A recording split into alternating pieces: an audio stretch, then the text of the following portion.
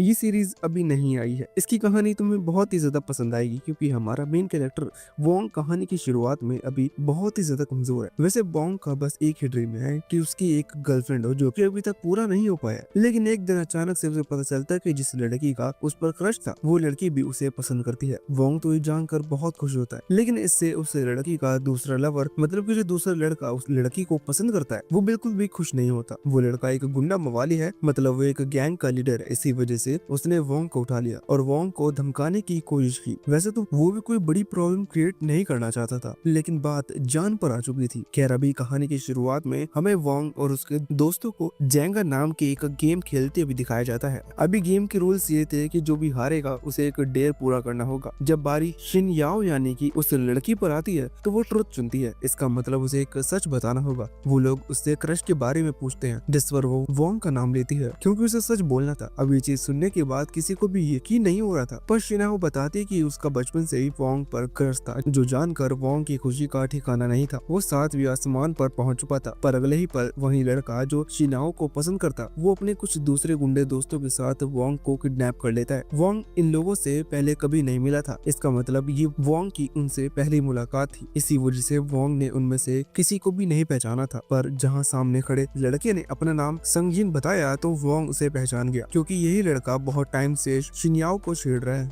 मतलब उसे परेशान कर रहा है। वोंग को ये चीज जानने के बाद अभी बहुत गुस्सा आ रहा था, और कमजोर होने के कारण वो कुछ भी कर नहीं सकता था। वैसे अभी संगजिन ने वोंग को सिर्फ धमकाने के लिए किडनैप किया था, इसी वजह से वो नॉर्मली वोंग को समझा सकता था। पर वो सबसे पहले शिनयाओ को कॉल लगाता है और उसे बताता है कि जिस लड़की को वो पसंद करती है वो कितना ज्यादा कमजोर है। अभी यहाँ संजिन के साथी ने वोंग को कॉलर से पकड़ रखा था। वोंग यहाँ संजिन को समझा रहा था कि इस चीज में शिनयाओ को लाने की जरूरत नहीं है, लेकिन संजिन उसकी बात नहीं सुनता, बल्कि वो वोंग को धमकी देता है कि वो उसकी जान ले लेगा। यहाँ संजिन की बात एक शर्त थी कि अगर वोंग प्रॉमिस करता है कि आगे से वो कभी शिनयाओ से ना ही मिलेगा और ना ही बात करेगा तो ही वो उसे यहाँ से जाने देगा। अगर वोंग प्रॉमिस नहीं करता तो वैंग के लिए ठीक नहीं होगा। अभी यहाँ संगजिन के एक साथी ने वोंग को जोरदार पंच मारा, सिर्फ उसे थोड़ा डराने के लिए, पर वोंग को इस चीज से गुस्सा आ गया और उसने तुरंत ही अपने सर से उस आदमी पर हमला कर दिया। वोंग ने अभी इतनी तेजी से हिट किया था कि उस आदमी के हाथ से गलती से वोंग की कॉलर छूट गई और वोंग वहाँ ब्रिज से सीधा पानी में गिर पड़ा। नीचे एक बहुत बड़ा तालाब था और वोंग को तैरना नहीं आता था, जिस वजह से वोंग नीचे की तरफ डूबता जा रहा था। साथ ही सर से जोरदार हमला करने के कारण अभी वो अपने सेंसेस में भी नहीं था।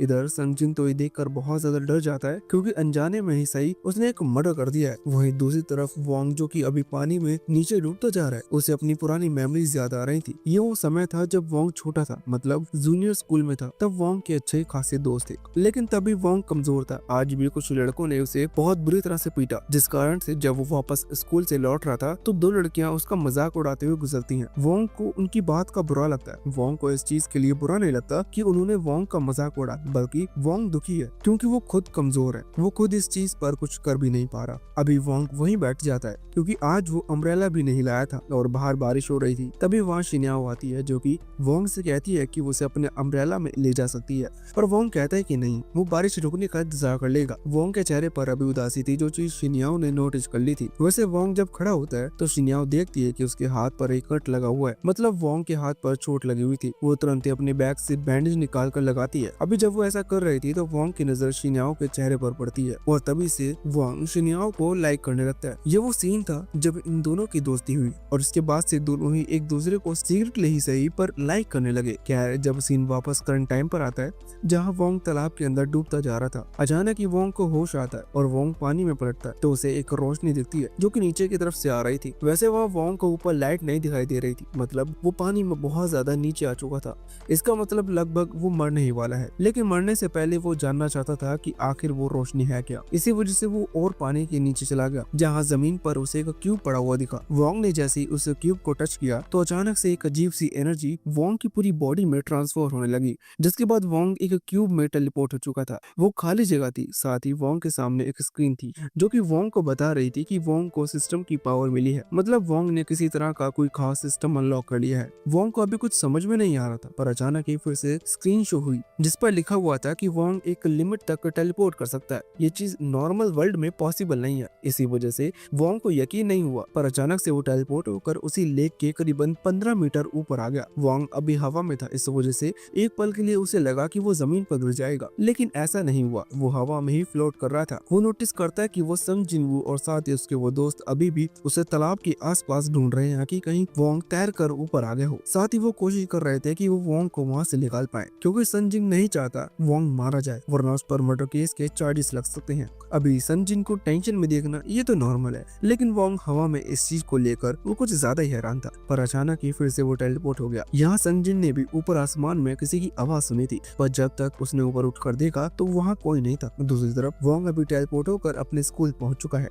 वो सीधा जाकर बेंच पर गिरता है और सोचने लगता है कि आखिर वो यहाँ आया कैसे। अब तक वोंग ये चीज समझ चुका था कि उसके पास सच में टेलीपोर्टेशन की पावर आ चुकी है। साथ ही उसे अपने सर में एक आवाज सुनाई दे रही है जो कि उसे इंस्ट्रक्शन दे रही है। वोंग कहता है कि आखिर तुम कौन हो और मेरे सर में कैसे घुसे, पर वो आवाज वोंग को बताती है कि उसके सर से नहीं बल्कि उसकी पूरी बॉडी में है। वोंग कहने लगता है कि तुरंत ही मेरी बॉडी से निकल जाओ, और इतने में ही वो आवाज बताती है कि कोई इस जगह पर आ रहा है। असल में वो उस वॉचमैन की बात कर रही थी। वैसे अभी वो वॉचमैन जब बाहर उसी सेम क्लासरूम में दरवाजा खोलता है तो उसे वहाँ कोई दिखाई नहीं देता, बस जमीन पर थोड़ा पानी पड़ा हुआ था। असल में वो सिस्टम वोंग को टेलीपोर्ट कर उसके कमरे में ले आया था, जहाँ आने के बाद वोंग सबसे पहले शिनाओ को कॉल करता है, जिससे कि वो उसे ये बता पाए कि वो पूरी तरह से ठीक है। शिनाओ ने कॉल उठाते ही अपने क्वेश्चन शुरू कर दिए कि तुम ठीक हो या नहीं, जिस पर वोंग ने जवाब दिया कि वो पूरी तरह से ठीक है। पर शिनयाओ कहने लगी कि तुमने क्या सोचा, क्या हमें संगजिन की कंप्लेंट पुलिस में करनी चाहिए, पर वोंग अभी के लिए मना कर देता है, क्योंकि संगजिन तो पहले ही वोंग की बॉडी ढूंढते हुए बहुत परेशान है, इसलिए उसे थोड़ा परेशान ही रहने देना चाहिए। और दूसरी चीज ये भी सोचने वाली है कि जब शिनयाओ ने वोंग को पानी में डूबते हुए देखा तब आखिर उसने पुलिस को कॉल क्यों नहीं की। खैर ये बात जरूरी नहीं है। अभी के लिए वोंग शिनयाओ को चिंता न करने का कहकर फोन काट देता है और अपने बेड पर लेट जाता है, क्योंकि वो भी बहुत थक चुका है। उसने आज बहुत सारी चीजें देख ली जो कि बिल्कुल भी नेचुरल नहीं है। वैसे अभी सोने के बाद जब वो फिर से जागा तो उसने सिस्टम से उस टेलीपोर्टेशन पावर के बारे में पूछा। सिस्टम बताता है कि ये चीज उसकी एनर्जी से काम करती है, मतलब वोंग के पास जो एनर्जी है वो उस एनर्जी से ही टेलीपोर्ट हुआ है। इसमें सिस्टम का हाथ नहीं है। वोंग ने बस सिस्टम से वो टेक्निक सीखी है जिससे टेलीपोर्ट हुआ जा सकता है। हालांकि वोंग को अभी तक पूरी तरह से ये चीज नहीं पता, इसलिए सिस्टम उसे सजेशन देता है कि वोंग को पहले थोड़ी प्रैक्टिस करनी चाहिए। वोंग ने बात को समझा और प्रैक्टिस करना शुरू कर दी। वोंग टेलीपोर्ट होते हुए एक बिल्डिंग पर आता है, लेकिन वो महसूस करता है कि वो बहुत ही ज्यादा थक चुका है। सिस्टम बताता है कि ये चीज वो पहले ही समझ चुका था कि ये वोंग की एनर्जी से वर्क करती है, मतलब अगर वोंग ज्यादा बार टेलीपोर्ट करेगा तो इससे वोंग की एनर्जी पूरी तरह से ड्रेन हो जाएगी, और जब तक वो फिर से एनर्जी रिकवर नहीं कर लेता तब तक वो फिर से पावर का इस्तेमाल नहीं कर सकता। खैर अभी तक वोंग को सिर्फ टेलीपोर्टेशन की पावर का पता था, लेकिन सिस्टम उसे एक दूसरी पावर के बारे में भी समझाता है। वो उसे अपने उसी क्यूब में लेकर आता है, जहाँ आने के बाद सिस्टम वोंग से कहता है कि वोंग अगर अपनी आंख बंद कर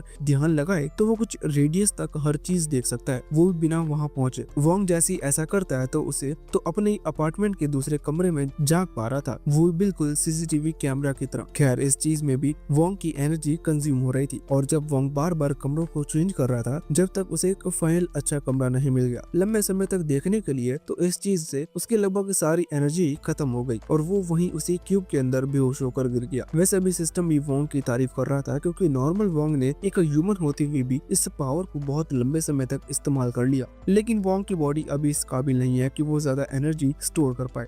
इसी कारण से वोंग बेहोश हो गया। कुछ समय बाद वोंग को जब होश आता है तो उसे सिस्टम की आवाज सुनाई दी। वो तुरंत ही चौंक कर खड़ा हो जाता है और सोचने लगता है कि क्या ये एक सपना था, और वहीं उसकी तकिए के पास वो क्यूब पड़ा हुआ था और अब वो आवाज उस क्यूब के पास से आ रही थी। वोंग पूछता है कि आखिर तुम्हारी आवाज बदल कैसे गई, पर वो क्यूब उसे समझाता है कि ऐसा इस वजह से है क्योंकि जब तक वोंग के पास वो सिस्टम की पावर है, मतलब जब तक वो आवाज वोंग अपनी बॉडी से सुनाई दे रही है तब तक वो आवाज वोंग की बॉडी की एनर्जी को कंज्यूम करेगी। वोंग को कोई चीज समझने के लिए अगर इस चीज को आसान भाषा में समझे तो अगर वोंग को वो आवाज अपनी ही बॉडी के अंदर रखनी है या फिर सिस्टम को अपनी ही बॉडी के अंदर रखना है तो उसे सिस्टम को एनर्जी प्रोवाइड करनी होगी। अभी सिस्टम नहीं चाहता कि वो वोंग की बॉडी से एनर्जी खींचता रहे और इस चीज में वोंग की जान चली जाए, वरना उसका सारा प्लान खराब हो जाएगा। ये चीज सुनकर वोंग पूछने लगता है कि किस तरह का प्लान, और आखिर तुमने मुझ जैसे कमजोर लड़के को क्यों चुना अपना मास्टर बनाने के लिए। सिस्टम बताता है कि उसका एक ही ड्रीम है और वो है इस पूरी दुनिया पर राज करना, और वैसे भी वोंग उस क्यों की बातों से बहुत ज्यादा हैरान है। इस वजह से वो इंटरनेट पर उस क्यूब के बारे में सर्च करता है, लेकिन वहाँ कोई भी इंडियन इस चीज का ट्यूटोरियल देने के लिए मौजूद नहीं था। ये चीज पहली बार हुई थी। वो सोचता है कि उसे खुद से ही इस क्यूब के बारे में डिटेल निकालनी होगी, लेकिन जब वो सोच रहा था तभी उसे शिन्याओ का मैसेज आता है जिसमें लिखा हुआ था कि कल क्या तुम मेरे साथ डिनर पर चलोगे। अब वोंग इस चीज के लिए मना तो नहीं कर सकता, लेकिन इस ऑफर के साथ साथ उसे संग जिन का चेहरा भी याद आ गया जो कि उसकी बहुत बुरी हालत करेगा। अब इस संग जिन को याद करते हुए वोंग का गुस्सा आ रहा, वोंग उसे बदला लेना चाहता है, लेकिन इस चीज के लिए वोंग को ताकत की जरूरत है। वो तुरंत ही सिस्टम से पूछता है कि क्या ऐसा कोई फंक्शन है जिससे मेरी स्ट्रेंथ इंक्रीज हो सके। सिस्टम बताता है कि ये चीज आसान है, तुम्हें बस कुछ जेम्स की जरूरत है जिससे तुम अपने सिस्टम को अपग्रेड कर सकते हो और इससे तुम्हें कुछ और एबिलिटीज और पावर्स मिलेगी। अभी वोंग को नहीं पता कि ये जेम्स किस तरह के होते हैं, और सिस्टम बताता है कि ये नॉर्मल रॉक भी हो सकते हैं। वोंग को ये सुनकर याद आता है कि उसके शेल्फ में एक स्टोन रखा हुआ है, साथ ही उसकी मदर की एक अंगूठी है जिस पर एक हीरा लगा हुआ है जो कि एज अ मैजिक क्रिस्टल, मतलब सिस्टम ने बताया कि जेम्स की तरह काम कर सकते हैं। हालांकि वोंग इतना भी ज्यादा अमीर नहीं है कि वो हीरे लेकर आए और अपनी पावर को बढ़ाए, इस वजह से वो कोई दूसरा तरीका पूछता है। सिस्टम बताता है कि मैंने पहले समझाया कि तुम्हारी पावर को बढ़ाने के लिए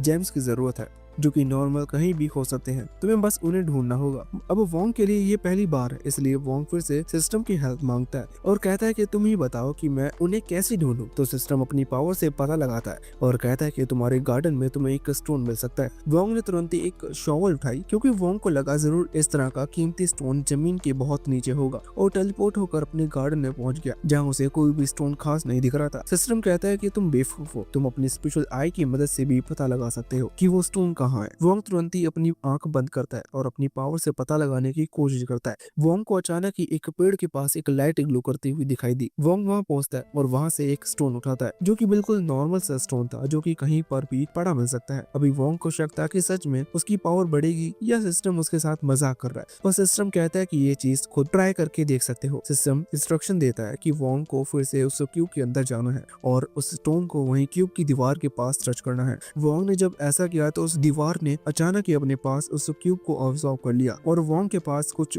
पावर आने लगी। सिस्टम उसे इन्फॉर्म करता है कि वोंग की जो पावर है वो लगभग डबल हो चुकी है और उसकी जो दूसरी एबिलिटी है उनमें करीबन 1 पॉइंट प्लस कर दिए हैं, मतलब वोंग की पावर थोड़ी बड़ी है। ऐसा नहीं कहा जा सकता कि वो पहले से दुगना ताकतवर हो गया, पर फिर भी अब वो पहले से ज्यादा अच्छा महसूस कर रहा है। सिस्टम ने ये चीज क्लियर कर दी थी कि इस तरह के स्टोन वोंग को पूरी सिटी में कहीं भी मिल जाएंगे, और जितने ज्यादा स्ट्रॉन्ग वोंग ढूंढता है उतनी ज्यादा वोंग अपनी पावर बढ़ा सकता है। वोंग भी सुनकर खुश हो गया। अब सीन सीधा अगले दिन सुबह पर आता है जहाँ वोंग अलार्म की आवाज सुनकर जाग चुका था। वोंग को अभी नींद नहीं आ रही थी क्योंकि जैसे ही उसे पता चला कि वो स्टोन्स की मदद से अपनी पावर को बढ़ा सकता है तो उसने लगभग पूरी रात स्टोन हंटिंग की और अपनी पावर को अच्छा खासा इंक्रीज कर लिया। अभी वक्त का स्कूल जाने का, इसलिए वोंग स्कूल पहुंच गया जहाँ जब वो क्लास में बैठा हुआ था तभी शिन्याओ उसके पास आई और वो कहने लगी कि क्या तुम रात के उस इंसिडेंट की एक्सप्लेनेशन मुझे दे सकते हो। अभी वहाँ वोंग के दोस्त भी बैठे हुए थे जिन्हें बस इतना पता है कि शिन्याओ और वोंग एक दूसरे को लाइक करते हैं, लेकिन उन्हें रात के उस इंसिडेंट के बारे में कुछ भी नहीं पता, इसलिए रात के एक्सप्लेनेशन वाली बात सुनकर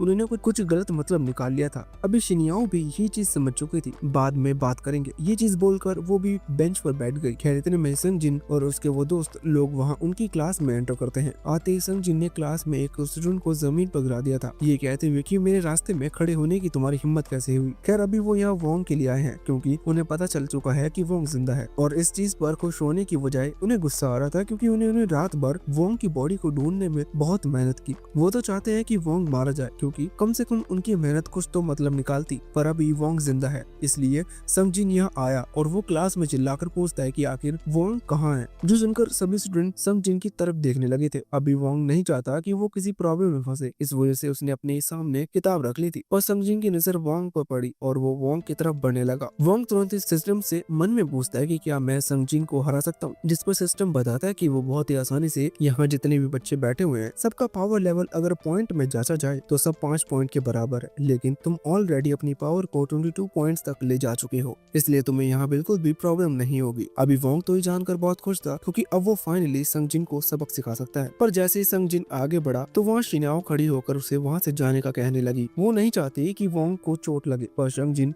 उसे बदतमीजी से बात करने लगता है, जो देखकर वोंग भी खड़ा होकर वहाँ सामने आता है। वो शिनाओ से कहता है कि उसे चिंता करने की जरूरत नहीं, यहाँ सब कुछ वो हैंडल कर लेगा। हालांकि इतने में ही संगजिन वोंग की तरफ हाथ बढ़ाता है उसकी कॉलर पकड़ने के लिए, लेकिन वोंग ने उसका हाथ पकड़ लिया था। अभी वोंग की जो ग्रिप थी उसकी स्ट्रेंथ देखकर संगजिन बहुत ही ज्यादा हैरान था, क्योंकि वोंग बहुत ज्यादा स्ट्रॉन्ग हो चुका है। संगजिन सोच रहा था कि आखिर एक दिन में वोंग ने इतना कितना प्रोटीन बचा लिया कि उसकी स्ट्रेंथ इतनी बढ़ गई। अभी संगजिन के लिए भी एक पल सिचुएशन चेंज हो चुकी थी। वो सोच रहा था कि सच में वोंग से लड़ना सही फैसला है या नहीं, पर इतने में ही टीचर वहाँ आ गए, जिन्होंने संगजिन और उसके दोस्तों को वहां से जाने को कहा। अभी टीचर के सामने संगजिन के टीचर प्रॉब्लम क्रिएट नहीं कर सकता, वरना सच में बड़ी प्रॉब्लम क्रिएट हो जाएगी। इसलिए वो यहाँ वोंग के कान में कहता है कि अगर तुम नहीं चाहते हो कि सिन्याओ को चोट पहुंचे तो अभी के अभी स्कूल के पीछे वाले बास्केटबॉल कोर्ट में आकर मुझसे मिलो। इतना कहकर वो वहाँ से चला गया था। अभी शिनाओ पूछ रही थी कि आखिर उसने क्या कहा, लेकिन वोंग कहता है कि कुछ नहीं, उसने कोई काम की बात नहीं की। और फिर वोंग बहाना बनाने लगा कि उसका सर दुख रहा है, इसलिए उसे वापस जाना होगा। अभी ऐसा बहाना बनाकर वोंग सीधा उस बास्केटबॉल कोर्ट में पहुंचता है, जहां संगजिन और उसके बाकी दोस्त वोंग का इंतजार कर रहे थे। संगजिन पहले ही हैरान है कि आखिर वोंग की ताकत इतनी कैसे बढ़ गई,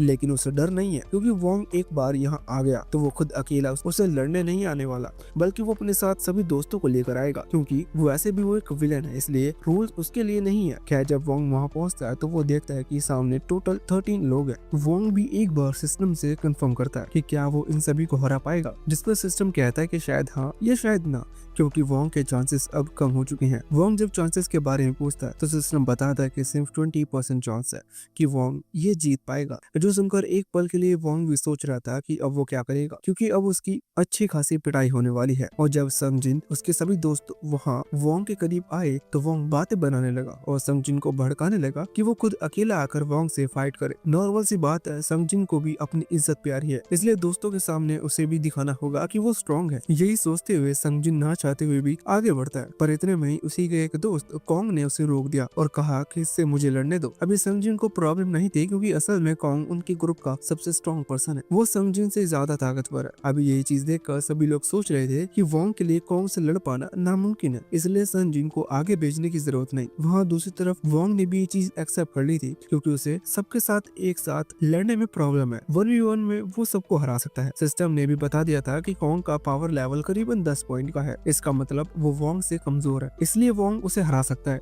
अभी फाइट यहाँ शुरू होती है और सीन चेंज होकर वहाँ शिन्याओ पर आ जाता है, जो कि अभी थोड़ी चिंता कर रही थी, क्योंकि वो जानती है कि जरूर कुछ गड़बड़ है। वैसे सीन वापस यहाँ वोंग पर आया, जो कि अभी कोंग के अटैक्स को डोज कर रहा था। कोंग की हालत खराब थी, क्योंकि पहले उसने बास्केटबॉल से अटैक किया था, जो कि बहुत ही क्विक अटैक था, लेकिन सिस्टम के पहले इन्फॉर्म कर देने के कारण वोंग ने इजिली उस अटैक को डोज कर लिया था। साथ ही अभी कोंग के जो हमले थे वैसे तो वो बहुत तेज है, लेकिन रात को वोंग ने जब अपने स्ट्रेंथ में पॉइंट्स ऐड किए तब कुछ रॉक्स की मदद से स्पीड भी इंक्रीज हुई थी, जिस वजह से कोंग के हमले से बचना उसके लिए कोई बड़ी बात नहीं थी। वोंग उन अटैक को बहुत ही इजीली डोज कर रहा था, जिससे कोंग अब थक चुका है, इसलिए वोंग ने तुरंत ही कोंग का एक पैर हवा में रोका और साथ ही उसके चेहरे की तरफ एक पंच किया, जो कि इलेक्ट्रिक पंच था, जिससे कोंग बेहोश हो चुका था। बाद में वोंग ने उसे पकड़कर सीधा दीवार की तरफ फेंक दिया। अभी वोंग उस ग्रुप के सबसे स्ट्रॉन्ग पर्सन को हरा दिया था, जिस वजह से वहाँ संगजिन के वो सभी दोस्त बहुत ही ज्यादा शॉक खड़े हुए थे। संगजिन हंसते हुए कहने लगता है कि चिंता करने की क्या बात है, अभी भी गिनती में ज्यादा हम है, इसीलिए इस लड़के को अच्छा सबक सिखा सकते हैं। अभी वोंग भी समझ चुका था कि अब ये लोग साथ में मिलकर हमला करेंगे। वो सिस्टम से पूछता है कि क्या कोंग को हराने के बाद उसके जीतने के चांसेस बढ़े हैं, तो सिस्टम बताता है कि सिर्फ 10%, मतलब अब सिर्फ 30% चांस है कि वोंग इस फाइट को जीतेगा। लेकिन वोंग यहाँ से भाग नहीं सकता, इसी वजह से वो लड़ने के लिए तैयार था। वहाँ संगजिन और उसके दोस्त जब हमला कर रहे थे तो वोंग अभी सिर्फ उनके अटैक को डोज कर रहा था या फिर टैकल कर रहा था। वैसे नॉर्मल सी बात थी, अभी 12 लोग एक साथ अटैक कर रहे हैं, इस वजह से किसी को तो हमला लगता ही। यहाँ एक लड़का पीछे से आकर वोंग को लात मारता है, जो कि वोंग को हिट कर जाती है। उस किक को वोंग ने थोड़ा सीरियसली ले लिया था, जिस वजह से वोंग तुरंत ही सीधे जाकर उस लड़के के फैमिली ज्वेल्स पर हमला करता है और उसे सीधा संगजिन के सामने गिरा देता है। इसे संगजिन और ज्यादा घबरा चुका था, पर फिर वो तुरंत ही अपने सभी दोस्तों को वोंग को घेरने का ऑर्डर देता है। अभी भले ही वोंग पहले कभी इस तरह की फाइट में ना पड़ा हो, लेकिन इतनी नॉलेज उसे भी है कि इस चीज की इस तरह के सिचुएशन में थोड़ा दिमाग से काम लेना चाहिए। इसी कारण से वो तुरंत ही वहाँ से दूर भागता है और फिर सीढ़ियों के थ्रू जंप कर वापस से बीच में छलांग लगाता है और उन्हीं में से एक लड़के को दबोच लेता है, जिससे वो एक एक कर उन्हें नॉकआउट कर सके। और यहाँ वोंग ने जिस लड़के को पकड़ा था वो वोंग की पकड़ से छूटकर वोंग को ही लात मारते हुए नीचे गिरा देता है। पर वोंग फिर से खड़ा हो चुका था और लड़ने लगा था। इतने में ही पीछे से एक लड़का फिर से आकर वोंग को क्विक करने की कोशिश करता है, पर इस पर वोंग ने उसके अटैक को नोटिस कर लिया था। इस वजह से वोंग तुरंत ही उसके पैर को पकड़कर उसे घुमाते हुए सीधा संग जिन के चेहरे पर फेंकता है। अभी संग जिन बहुत ही ज्यादा डरा गया था क्योंकि वो वोंग की स्ट्रेंथ को देख चुका है। वहाँ वोंग जिसकी लगभग पूरी पावर खत्म हो चुकी है, वो अभी संग जिन की तरफ बढ़ रहा था। सिस्टम वोंग को वार्निंग देता है कि उसके पास अब बिल्कुल भी पावर नहीं है। इसका मतलब अगर वो लड़ने की कोशिश करेगा तो अपने आप ही बेहोश हो जाएगा और फिर सिस्टम भी उसे टेलीपोर्ट कर मदद नहीं कर पाएगा। लेकिन वोंग इतनी आसानी से संग जिन को नहीं जाने दे सकता, इसलिए वोंग को किसी भी तरह से संग जिन के मन में अपना डर बिठाना होगा, जिससे संग जिन बाद में शिन्याओ को परेशान न करे। वैसे अभी वोंग के लुक्स भी काफी थे संग जिन को डराने के लिए, पर इतने में ही वहाँ सिटी गैंग के लीडर और उसके कुछ दोस्त की एंट्री होती है, जो कि आते ही संग जिन से कहते हैं कि तुम्हें नॉर्थ सिटी गैंग का लीडर होने का कोई हक नहीं है क्योंकि तुम एक अकेले लड़के से पिट गए। वोंग ये चीज समझ चुका था कि नॉर्थ और साउथ की आपस में नहीं बनती, इसी वजह से वो पहले इस जगह से निकलने का डिसाइड करता है और साउथ सिटी गैंग लीडर को समझाता है कि वो इन सब में नहीं पड़ना चाहता, इसलिए वो यहाँ से जा रहा है। लेकिन वो लीडर जिसका नाम होंग है, उसे ये तो नहीं पता कि आखिर वोंग और संग जिन लड़ क्यों रहे थे। पर अब जब उसकी मुलाकात वोंग से हो गई है तो वोंग को भी निपटाना होगा, जिससे वो अपनी पावर उन्हें दिखा सके। इतना बताते हुए उसने अपने सभी दोस्तों को वोंग पर हमला करने का ऑर्डर दे दिया था। वोंग जिसे सिस्टम ने पहले ही बता दिया था कि उसके पास स्ट्रेंथ नहीं है, वो वहाँ से भागने की कोशिश करता है। अभी बचने का सिर्फ एक तरीका था और वो थी टेलीपोर्टेशन टेक्निक, लेकिन उसके लिए भी अभी पावर की जरूरत थी। वोंग सिस्टम से पूछता है तो सिस्टम कहता है कि तुम्हें कुछ और देर भागना होगा और वोंग ने भी इस तरह से भागते हुए कुछ टाइम में अपनी एनर्जी को रिकवर कर लिया था और फिर टेलीपोर्ट होते हुए सीधा मेन स्विच के पास पहुंचा, जहां से उसने पहले उस कोर्ट की लाइट को ऑफ किया और फिर बाद में टेलीपोर्टेशन स्पेल का इस्तेमाल कर सीधा उन लोगों के बीच आ गया। यह अंधेरा था लेकिन वोंग सभी को देख पा रहा था, बस उसे अपनी आंखें बंद करने की जरूरत थी, इसलिए वो तुरंत ही सभी पर हमला करना शुरू कर देता है। और बाद में जब वो फिर से टेलीपोर्ट होकर लाइट ऑन कर लौटता है तो यहाँ पर उसके सभी दोस्त हार चुके थे। सिर्फ संग जिन खड़ा हुआ था जो कि हैरानी से वोंग की तरफ देख रहा था। वो समझ गया था कि उसने किसी गलत आदमी से पंगा ले लिया। हालांकि इतने में ही उन्हें एक आवाज सुनाई देती है जो कि असल में कुछ पुलिस ऑफिसर्स की थी, जिन्हें शिन्याओ ने बुलाया था क्योंकि उसे वोंग की चिंता हो रही थी। वैसे अभी जो कोर्ट का दरवाजा है वो अंदर से लॉक है, इसी वजह से वो ऑफिसर उसे दरवाजे को तोड़ने का डिसाइड करते हैं। वैसे अंदर वोंग ने भी आवाजें सुन ली थी, उसे जल्द से जल्द कोई प्लान बनाना होगा जिससे कि वो पुलिस के लफड़े में ना पड़े। अभी जब वो आसपास देखता है तो उसे संग जिन दिखाई देता है जो कि चुपचाप वहाँ से भागने की कोशिश कर रहा था, पर वोंग तुरंत ही टेलीपोर्ट होकर यहाँ उसके सामने आ जाता है। संग जिन वोंग को अपने सामने देखकर तुरंत ही माफी मांगने लगा था, पर वोंग कहता है कि मैं तुम्हें माफ कर दूंगा लेकिन सिर्फ एक ही शर्त पर। अभी वो शर्त तो हमें नहीं बताई जाती, पर वहाँ सामने जब पुलिस ऑफिसर ने दरवाजा तोड़ा तो उनके सामने संग जिन खड़ा हुआ था जो कि वोंग को पंच मारने ही वाला था, लेकिन वो सही समय पर पहुंच गए। यहाँ अगले सीन में हम देखते हैं कि वोंग हॉस्पिटल में है जहाँ शिन्याओ उसके घाव को पहुंच रही है, मतलब जो थोड़ी बहुत चोट उसे आई थी उन चोटों को। अभी वोंग बच चुका है क्योंकि तब उसने पुलिस ऑफिसर को बताया कि वो गलती से नॉर्थ गैंग और साउथ गैंग की लड़ाई में पड़ गया, उसका उन दोनों से कोई लेना देना नहीं है, इसलिए पुलिस वालों ने भी उसे जाने दिया। वैसे तब वोंग ने संग जिन से ये प्रॉमिस भी करवा लिया था कि अब से कभी शिन्याओ को परेशान नहीं करेगा। तब संग जिन डरा भी हुआ था, इसलिए उसने तुरंत ही प्रॉमिस कर दिया। वैसे अब वापस घर लौटकर जब वोंग आराम से लेटा हुआ था तब वो सोच रहा था कि भले ही आज उसने संग जिन को सबक सिखाया, साथ ही कुछ दूसरे लोगों की पिटाई की, लेकिन उसकी पावर एक लिमिट है, मतलब अगर वो एक हद तक फाइट करता है तो वो बेहोश भी हो सकता है, इसलिए उसे अपनी पावर को और ज्यादा बढ़ाने की जरूरत है। उसके लिए उसे जरूरत पड़ेगी और जेम की जो कि उसकी पावर को इंक्रीज करेंगे। अभी जेम्स लेने के लिए वो तुरंत ही एक ज्वेलरी शॉप पर पहुंचा, लेकिन वहाँ पहुंचते ही उसे याद आ गया कि इस चीज के लिए बहुत ज्यादा पैसों की जरूरत पड़ेगी जो कि उसके पास नहीं है। इसका मतलब उसे एक शुगर माउंट की जरूरत है, पर वो चीज भी थोड़ी सी खतरनाक होगी, इसलिए उसे कुछ और सोचना होगा। अभी एक तरीका ही बचा हुआ था कि उसे वो जेम्स यानी कि वो स्टोन्स खुद ढूंढने होंगे। वो तुरंत अपनी स्पिरिचुअल आई की मदद से कुछ स्टोन्स का पता लगाता है, लेकिन एक स्टोन था एक बड़े से पत्थर के नीचे, दूसरा स्टोन था पानी में सबसे नीचे और तीसरा स्टोन था जमीन में 15 मीटर नीचे। इसका मतलब किसी भी स्टोन को पाना इतना आसान नहीं है, इसी वजह से वो थोड़ा सा गड्ढा कर वहीं जमीन पर लेट जाता है। वो अभी कह रहा था कि अगर इन स्टोन्स को ढूंढना इतना ही ज्यादा मुश्किल है तो इसमें तो बहुत ही मेहनत लगेगी। हालांकि तेरे सिस्टम को एक अजीब सी मैजिकल पावर महसूस होती है जो कि किसी अलग मैजिक स्टोन की थी। उसे ये पावर किसी गुफा के अंदर से महसूस हुई थी। वो कहता है कि फिर तो हमें टेलीपोर्ट होकर सीधा वहां चलना चाहिए, पर सिस्टम बताता है कि वो जगह एयर के कांटेक्ट में नहीं है, मतलब जहाँ पर वोंग खड़ा हुआ है वो जगह उस जमीन के नीचे है, इसलिए अगर वोंग को वहाँ पहुँचना है तो करीबन 1 सेंटीमीटर पतला एक होल करना होगा, तभी सिस्टम उसे उस जगह तक टेलीपोर्ट कर पाएगा। अभी वोंग को नहीं पता कि वो जगह कितना नीचे है, इस वजह से वोंग इतनी मेहनत नहीं करने वाला। वो तुरंत ही थोड़ा दिमाग लगाता है और सीधा उस लेक के पास पहुंच जाता है, क्योंकि लेक गहरी है, इसका मतलब जरूर वो उस गुफा से कनेक्ट होगी। वहाँ पहुंचकर वोंग थोड़ी छानबीन निकल कर किसी तरह से उस गुफा में पहुंच जाता है। ना जाने क्यों पर गुफा बहुत ही ज्यादा स्लिपरी थी, वो मेंढक वगैरह भी थे। खैर वोंग चुपचाप वहाँ से आगे बढ़ता है और सिस्टम के थ्रू उस स्टोन का पता लगाता है। अभी वोंग के सामने एक बड़ी सी दीवार थी जहाँ से सिस्टम को भी एनर्जी महसूस हुई थी, पर वोंग सोचता है कि ये तो दीवार है, यहाँ उसे मैजिक स्टोन कैसे मिलेगी। ये सोचकर वोंग उस दीवार को पंच मारता है, क्योंकि यहाँ तक आने का कोई फायदा नहीं हुआ, और चुपचाप उस जगह पर बैठ जाता है। और इतने में ही वोंग के चेहरे से हवा आकर टकराती है। इसका मतलब इस गुफा में कहीं न कहीं एक होल है जहाँ से हवा एंटर कर पा रही है। अभी कुछ देर में उस होल का पता लगाने के बाद वोंग फिर से टेलीपोर्ट होकर एक नए सेक्शन में आ जाता है,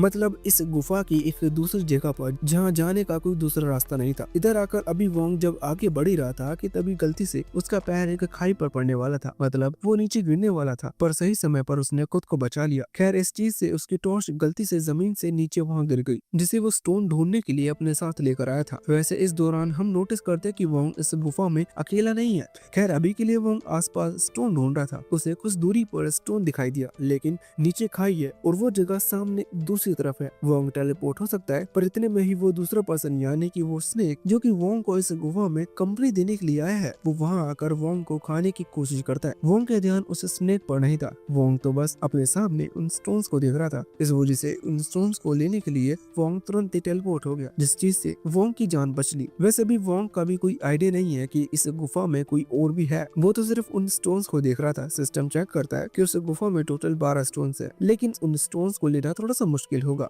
क्योंकि वो नुकीली चट्टान से लटके हुए हैं और वोंग को जाकर उन्हें तोड़ना है, और उन तक पहुंचने में भी वोंग को प्रॉब्लम होगी, क्योंकि वहाँ बहुत छोटे प्लेटफॉर्म है जिन पर वोंग टेलीपोर्ट हो सकता था, लेकिन बैलेंस नहीं बन पाएगा। अभी इस चीज को ध्यान में रखते हुए वोंग पहले थोड़ा सोचता है और फिर बहुत ही संभल कर टेलीपोर्ट होना शुरू करता है। अभी ये चीज भी क्लियर थी कि वोंग के पास जितनी एनर्जी है उसमें वो लिमिटेड टाइम टेलीपोर्ट कर सकता है। इसी वजह से एक बार टेलीपोर्ट करने के बाद वोंग को थोड़ा इंतजार करना पड़ेगा दूसरे प्लेटफॉर्म तक पहुंचने के लिए। अभी सबसे पहले टेलीपोर्ट होकर वोंग ने पहले स्टोन ब्रेक करते हुए अपने पास रख लिया था, जिसे पाकर वोंग की खुशी का ठिकाना नहीं था। वैसे अब वो दूसरे स्टोन के पास आता है तो उसे पता चलता है कि ये चीज थोड़ी और ज्यादा मुश्किल होगी, क्योंकि स्टोन उस क्लिफ से थोड़ा ज्यादा दूरी पर है। खैर फिर भी किसी तरह से वोंग वहां तक पहुंचकर उस स्टोन को तोड़ने की कोशिश करता है, पर गलती से वो स्टोन नीचे गिर जाता है। वोंग उसे जाने नहीं दे सकता, इसी वजह से वोंग ने भी छलांग लगा दी। अभी इस बीच वोंग अपने स्पिरिचुअल आई की मदद से उस स्टोन की लोकेशन का पता लगाने की कोशिश कर रहा था। फाइनली उसे वो जाइंट स्नेक भी नोटिस होता है, जिसे देखकर वोंग डर चुका था। वो जाइंट स्नेक अभी वोंग पर हमला कर रहा था, लेकिन इस चीज के चलते वोंग उसे खाई की तरफ गिर पड़ा जहाँ नीचे पानी है। वोंग का वो स्टोन भी वहीं पानी में गिरा। अभी स्नेक भी ये चीज देखकर तुरंत ही वह खाई में जंप कर देता है। वोंग को तो उस रस्सी ने बचा लिया था जिसे वोंग ने अपनी कमर पर बांध रखा था, क्योंकि वो रस्सी ऊपर एक दूसरे स्टोन से बंधी हुई है, पर अचानक से वजन बढ़ने के कारण वो रस्सी भी टूट चुकी थी और वोंग भी सीधा जाकर पानी में गिरा। अभी प्रॉब्लम डबल हो चुकी थी, क्योंकि वो पानी में डूब रहा है और साथ ही पानी में स्नेक भी है। अभी बड़ी प्रॉब्लम वो स्नेक है, क्योंकि वो स्नेक खुद भी पानी से बाहर निकलने के बजाय वोंग को खाने की कोशिश कर रहा था। वोंग उसे देखते ही अपनी शॉवल से उस पर हमला करता है, लेकिन इसका कोई फायदा नहीं था, पर स्नेक ने वोंग को पकड़ लिया था और अब वो अपनी बॉडी के थ्रू उसे कंप्रेस करने लगा था। अब वोंग के पास बचने का सिर्फ एक ही रास्ता था, इसलिए वो तुरंत ही सिस्टम को ऑर्डर देता है कि वो तुरंत ही वोंग को उस क्यूब डायमेंशन में टेलीपोर्ट कर दे। पर सिस्टम बताता है कि अभी उस स्नेक ने वोंग को बहुत ही टाइटली पकड़ रखा है, इसलिए सिस्टम ऐसा नहीं कर सकता। ये चीज जानकर वोंग तुरंत ही उस शॉवल को जोर से उस स्नेक की बॉडी पर मारता है, जिससे स्नेक को चोट लगती है और वो तुरंत ही वोंग को छोड़ देता है। इतना टाइम काफी था सिस्टम को टेलीपोर्ट करने के लिए। वैसे तो वोंग बेहोश हो चुका था, पर सिस्टम ने खुद ब खुद वोंग को टेलीपोर्ट कर दिया और सीधा वोंग उसे क्यूब डायमेंशन में ले आया। अभी कुछ देर में वोंग को होश आ चुका था। वोंग देखता है कि उसके पास टोटल 11 पॉइंट्स हैं। असल में मुझसे गलती हुई, जब पहले स्टोन को दिखाया तो उसके बाद सीधा 12th स्टोन पर सीन शिफ्ट हुआ था। मुझे लगा था वो सेकंड स्टोन है, लेकिन फिर भी अभी वोंग के पास टोटल 11 स्टोन है जिसे वो अपनी पावर बढ़ाने के लिए इस्तेमाल कर सकता है। इससे वोंग की पावर बहुत ज्यादा बढ़ जाएगी क्योंकि ये स्टोन बहुत ज्यादा एनर्जी वाले हैं। खैर तभी सिस्टम वोंग को बताता है कि वोंग इन स्टोन्स को एडवांस स्टोन्स में भी ट्रांसफॉर्म कर सकता है, जिससे वोंग को और ज्यादा पावर मिलेगी। ये चीज और ज्यादा फायदेमंद भी है क्योंकि स्टोन्स को बढ़ाना बहुत मुश्किल है। अगर एक स्टोन को एडवांस स्टोन में ट्रांसफॉर्म कर उसकी एनर्जी को ऑब्जर्व किया जाए तो वोंग को ज्यादा फायदा होगा। इसलिए वोंग ऐसा कैसे करते हैं ये चीज पूछने लगता है। सिस्टम बताता है कि इस चीज में 4 दिन का समय लगता है, लेकिन वोंग के पास इतना समय नहीं है। वोंग को जल्द से जल्द अपनी पावर को बढ़ाना है जिससे बाहर निकलकर वो उस स्नेक को हरा सके। वोंग फैसला करता है कि वो अपने 9 स्टोन को एडवांस स्टोन में ट्रांसफॉर्म करेगा, जबकि 2 स्टोन्स को अभी ऑब्जर्व करेगा जिससे कि वो उस स्नेक से लड़ सके। सिस्टम ने भी इस चीज की मंजूरी दे दी थी, इसलिए वो 9 स्टोन्स को अलग रखकर 2 स्टोन्स की एनर्जी को एब्जॉर्ब करता है और तुरंत ही बाहर आकर स्नेक को लड़ने के लिए चैलेंज कर देता है। ये लड़ाई ज्यादा देर तक नहीं चलती क्योंकि वोंग की पावर बहुत ज्यादा बढ़ चुकी थी। वोंग ने भी एक्सपेक्ट नहीं किया था कि सच में वो इतनी जल्दी उस स्नेक को हरा देगा, पर अच्छा है ये लड़ाई जल्दी खत्म हो गई। वैसे अभी वोंग जब पानी की तरफ बढ़ रहा था उस स्नेक की बॉडी देखने के लिए, तो वो नोटिस करता है कि स्नेक की बॉडी पूरी तरह से गायब हो चुकी है और वहाँ एक मैजिक क्रिस्टल है। इस मैजिक क्रिस्टल का शेप बहुत ज्यादा अलग था, लेकिन ये बाकी सबसे ज्यादा अच्छा लग रहा था, इसीलिए वोंग समझ चुका था कि इस स्टोन का क्या करना है। खैर अभी के लिए वहाँ से सीन चेंज होकर होंग और संजिंग पर आता है, जो वैसे तो पहले दुश्मन थे लेकिन दोनों को ही एक ही बंदे ने हराया है। इस वजह से थोड़ी थोड़ी दोस्ती हो चुकी है। अभी वो दोनों एक ही बार में बैठे हुए थे जहां होंग सोच रहा था कि आखिर वोंग से बदला कैसे लें। संजिन कहने लगता है कि इस चीज का कोई फायदा नहीं, क्योंकि अगर हम दोनों ही हमारी गैंग को मिला लेते हैं फिर भी वोंग का कुछ नहीं बिगड़ पाएगा, वो हमें बहुत बुरी तरह से पीटेगा। पर होंग कहने लगता है कि मैं इतना बेवकूफ नहीं हूँ कि सेम मिस्टेक फिर से दोहराऊं, मेरे पास एक दूसरा आइडिया है। वो बताता है कि लाओ वापस सिटी में आ चुका है, जो सुनकर संजिन बहुत ही ज्यादा हैरान हो चुका था। उसके चेहरे से ही पता लग रहा था कि ये लोग जो भी हैं वो बहुत ही पावरफुल पर्सन है। खैर संजिन कहने लगता है कि अभी तुम लोग जैसे आदमी से वोंग की फाइट कैसे करवा सकते हो? तुम्हें क्या लगता है कि लुओ तुम्हारी बातों में आसानी से आ जाएगा? जिस पर होंग समझदारी भरी बात करते हुए कहता है कि बिल्कुल नहीं, मैं समझदार हूँ, इसलिए लुओ से डायरेक्टली हेल्प मांगना ये एक बेवकूफी होगी, मैं उसे मैनिपुलेट करूंगा। ये लाइन कहते ही होंग ने अपनी समझदारी का प्रूफ दे दिया था। खैर सच में उसके पास एक प्लान था। वो कहता है कि तुम्हें पता है कि लुओ ने ये सिटी क्यों छोड़ी थी? वो बताता कि लुओ की फाइट शिकू नाम के दूसरे आदमी से हुई थी, जिससे हार जाने की वजह से लुओ ये सिटी छोड़कर चला गया। इसका मतलब ये लुओ जो भी है और वो शिकू जो भी है, दोनों की आपस में नहीं बनती और वो दोनों दुश्मन है। अब होंग को यही पता चलता है कि वो जो शिकू है शिनाओ के साथ कहीं ना कहीं कनेक्टेड है। अभी उसने जैसे ही इतना कहा तो हमें पहले का एक सीन दिखाया गया जिसमें शिनाओ छोटी थी, मतलब तब वो जूनियर क्लास में थी। अभी वो एक लाइब्रेरी में बैठी हुई थी, वहां से अचानक ही कॉल आता है जो कि ना जाने किसका था, पर वो पर्सन शिनाओ को बताता कि कोई उससे मिलने आ रहा है, उसे बचकर रहना होगा। अभी शिनाओ तो ये सुनकर घबरा गई थी क्योंकि फोन अननोन नंबर से आया था, पर इतने में ही वहाँ कुछ और दूसरे गार्ड आ गए जो कि एजेंट्स की तरह लग रहे थे। यहाँ टोटल 4 एजेंट्स थे जो कि अभी शिनाओ की तरफ देख रहे थे। शिनाओ उन्हें देखकर घबरा गई थी क्योंकि उन एजेंट्स के लुक और शिनाओ को देखने का तरीका बिल्कुल भी फ्रेंडली नहीं था। ये चीज नोटिस करने के बाद शिनाओ तुरंत ही वहाँ से भागने की कोशिश करती है और एक दूसरे कमरे में आ जाती है। वो एजेंट्स अभी शिनाओ को पकड़ना चाहते थे, इसलिए वो हमला कर वहाँ उस गेट को तोड़ने लगते हैं। पर इतने में यहाँ शिनाओ के पीछे एक अजीब सी एनर्जी फ्लोट करना शुरू करती है और एक हाथ निकल कर आता है। इस पॉइंट तक शिनाओ बेहोश हो चुकी थी, वैसे वो हाथ शिनाओ को अपनी तरफ खींचता है और बाद में वो एनर्जी वहाँ से गायब हो जाती है। असल में वो एनर्जी और वो हाथ शिकू का था जो कि शिनाओ को वहाँ बचाकर उन एजेंट से बचकर वहाँ से भागना शुरू कर देता है। लेकिन अभी वो एजेंट उनका पीछा कर रहे थे। वैसे शिनाओ को जो कॉल आया था वो भी शिकू की तरफ से था, जिससे उन एजेंट्स का इन्फॉर्मेशन पहले ही मिल चुकी थी। अभी यहाँ शिनाओ को बचाने के लिए जब शिकू भाग रहा था तो वो नोटिस करता है कि पूरे 4 एजेंट्स उसका पीछा कर रहे हैं, जो कि उसका पीछा बिल्कुल भी नहीं छोड़ने वाले। इसी वजह से शिनाओ को एक सेफ जगह पर एक बैरियर के थ्रू छोड़कर वो उन एजेंट्स से फाइट करने पहुंच जाता है, जहां पहले एजेंट्स को उसने बहुत ही बुरी तरह से पंच मारकर अपनी जगह पर रोक दिया था। इतने में ही एक दूसरा एजेंट आकर शिकू को पकड़ने की कोशिश करता है, लेकिन शिकू उसे और साथ ही एजेंट्स पर भी एक टाइम पर हमला कर उन्हें दूर हटा देता है। इतने में ही वो एजेंट्स गन निकाल लेते हैं, लेकिन शिकू उन गन से भी बच जाता है। हालांकि इन एजेंट्स ने मिलकर शिकू को सीधा एक बिल्डिंग से जाकर दे मारा था। इससे वो बिल्डिंग डिस्ट्रॉय हो चुकी थी। अभी अगर उसमें कोई ह्यूमंस होगा तो पक्का मारा जा चुका होगा, लेकिन फिर भी इस चीज की ऑफिशियल रिपोर्ट हमें नहीं मिली, इसलिए अभी कुछ कहा नहीं जा सकता। अभी के लिए शिकू जिंदा है और उसके सामने अब बस एक एजेंट खड़ा हुआ है, क्योंकि 3 एजेंट्स को वो पहले ही नॉकआउट कर चुका है।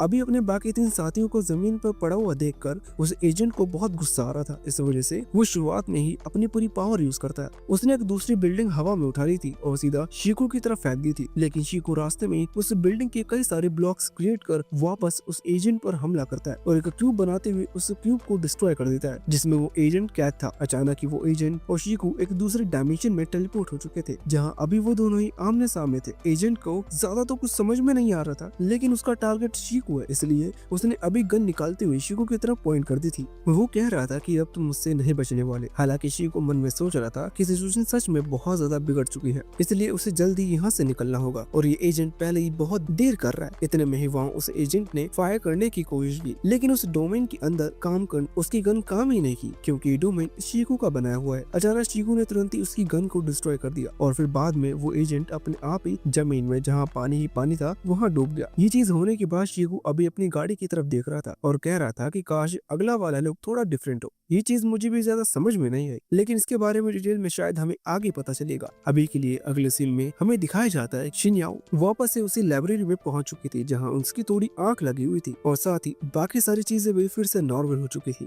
वैसे अब इतने में ही छोटा वाला वंग वहाँ शिनाओ की तरफ भागते हुआ आता है और कहता है कि उसे पढ़ाई में मदद की जरूरत है, जिसके बाद शिनाओ वोंग के साथ चली गई थी और सीन वापस से करंट टाइम पर शिफ्ट हो चुका था। अभी हम देखते हैं कि शॉन्ग सन जिनसे कह रहा था कि लुओ और शीको दोनों ही पुराने दुश्मन है, इसलिए अगर हम लुओ को बताएंगे कि शीको और शिनाओ आपस में कनेक्ट है और शिनाओ वोंग को लाइक करती है, तो जरूर लुओ वोंग के पीछे जाएगा। मतलब एक तरह से ये शीको को अट्रैक्ट करने का एक अच्छा तरीका है। वैसे अब सीन सीधा अगले दिन पर शिफ्ट होता है। ये चीज हमें नहीं बताई गई, पर वोंग और शिनाओ ने डेट पर जाने का फैसला किया था। अभी वोंग उस जगह पर पहुंच चुका है जहां वो मिलने वाले हैं, लेकिन शिनाओ अभी तक वहां नहीं आई। इसी वजह से वोंग तुरंत ही उसे कॉल करता है और साथ ही एक मैसेज भी डालता है, पर शिनाओ ना ही मैसेज देखती है और ना ही उसकी कॉल का रिप्लाई करती है। ऐसा आज से पहले कभी नहीं हुआ था, पर वोंग सोचने लगता है कि शायद वो थोड़ी बिजी होगी, इसी वजह से उसने कॉल बैक नहीं किया। पर इतने में ही वहाँ से गुजरते हुए कुछ लोग उस अपार्टमेंट की बात करते हैं जहाँ शिनाओ अपनी मदर के साथ रहती है। अभी वहाँ कुछ इंसिडेंट हुआ है। वोंग ने सुनने के बाद तुरंत ही उस जगह की तरफ भागता है।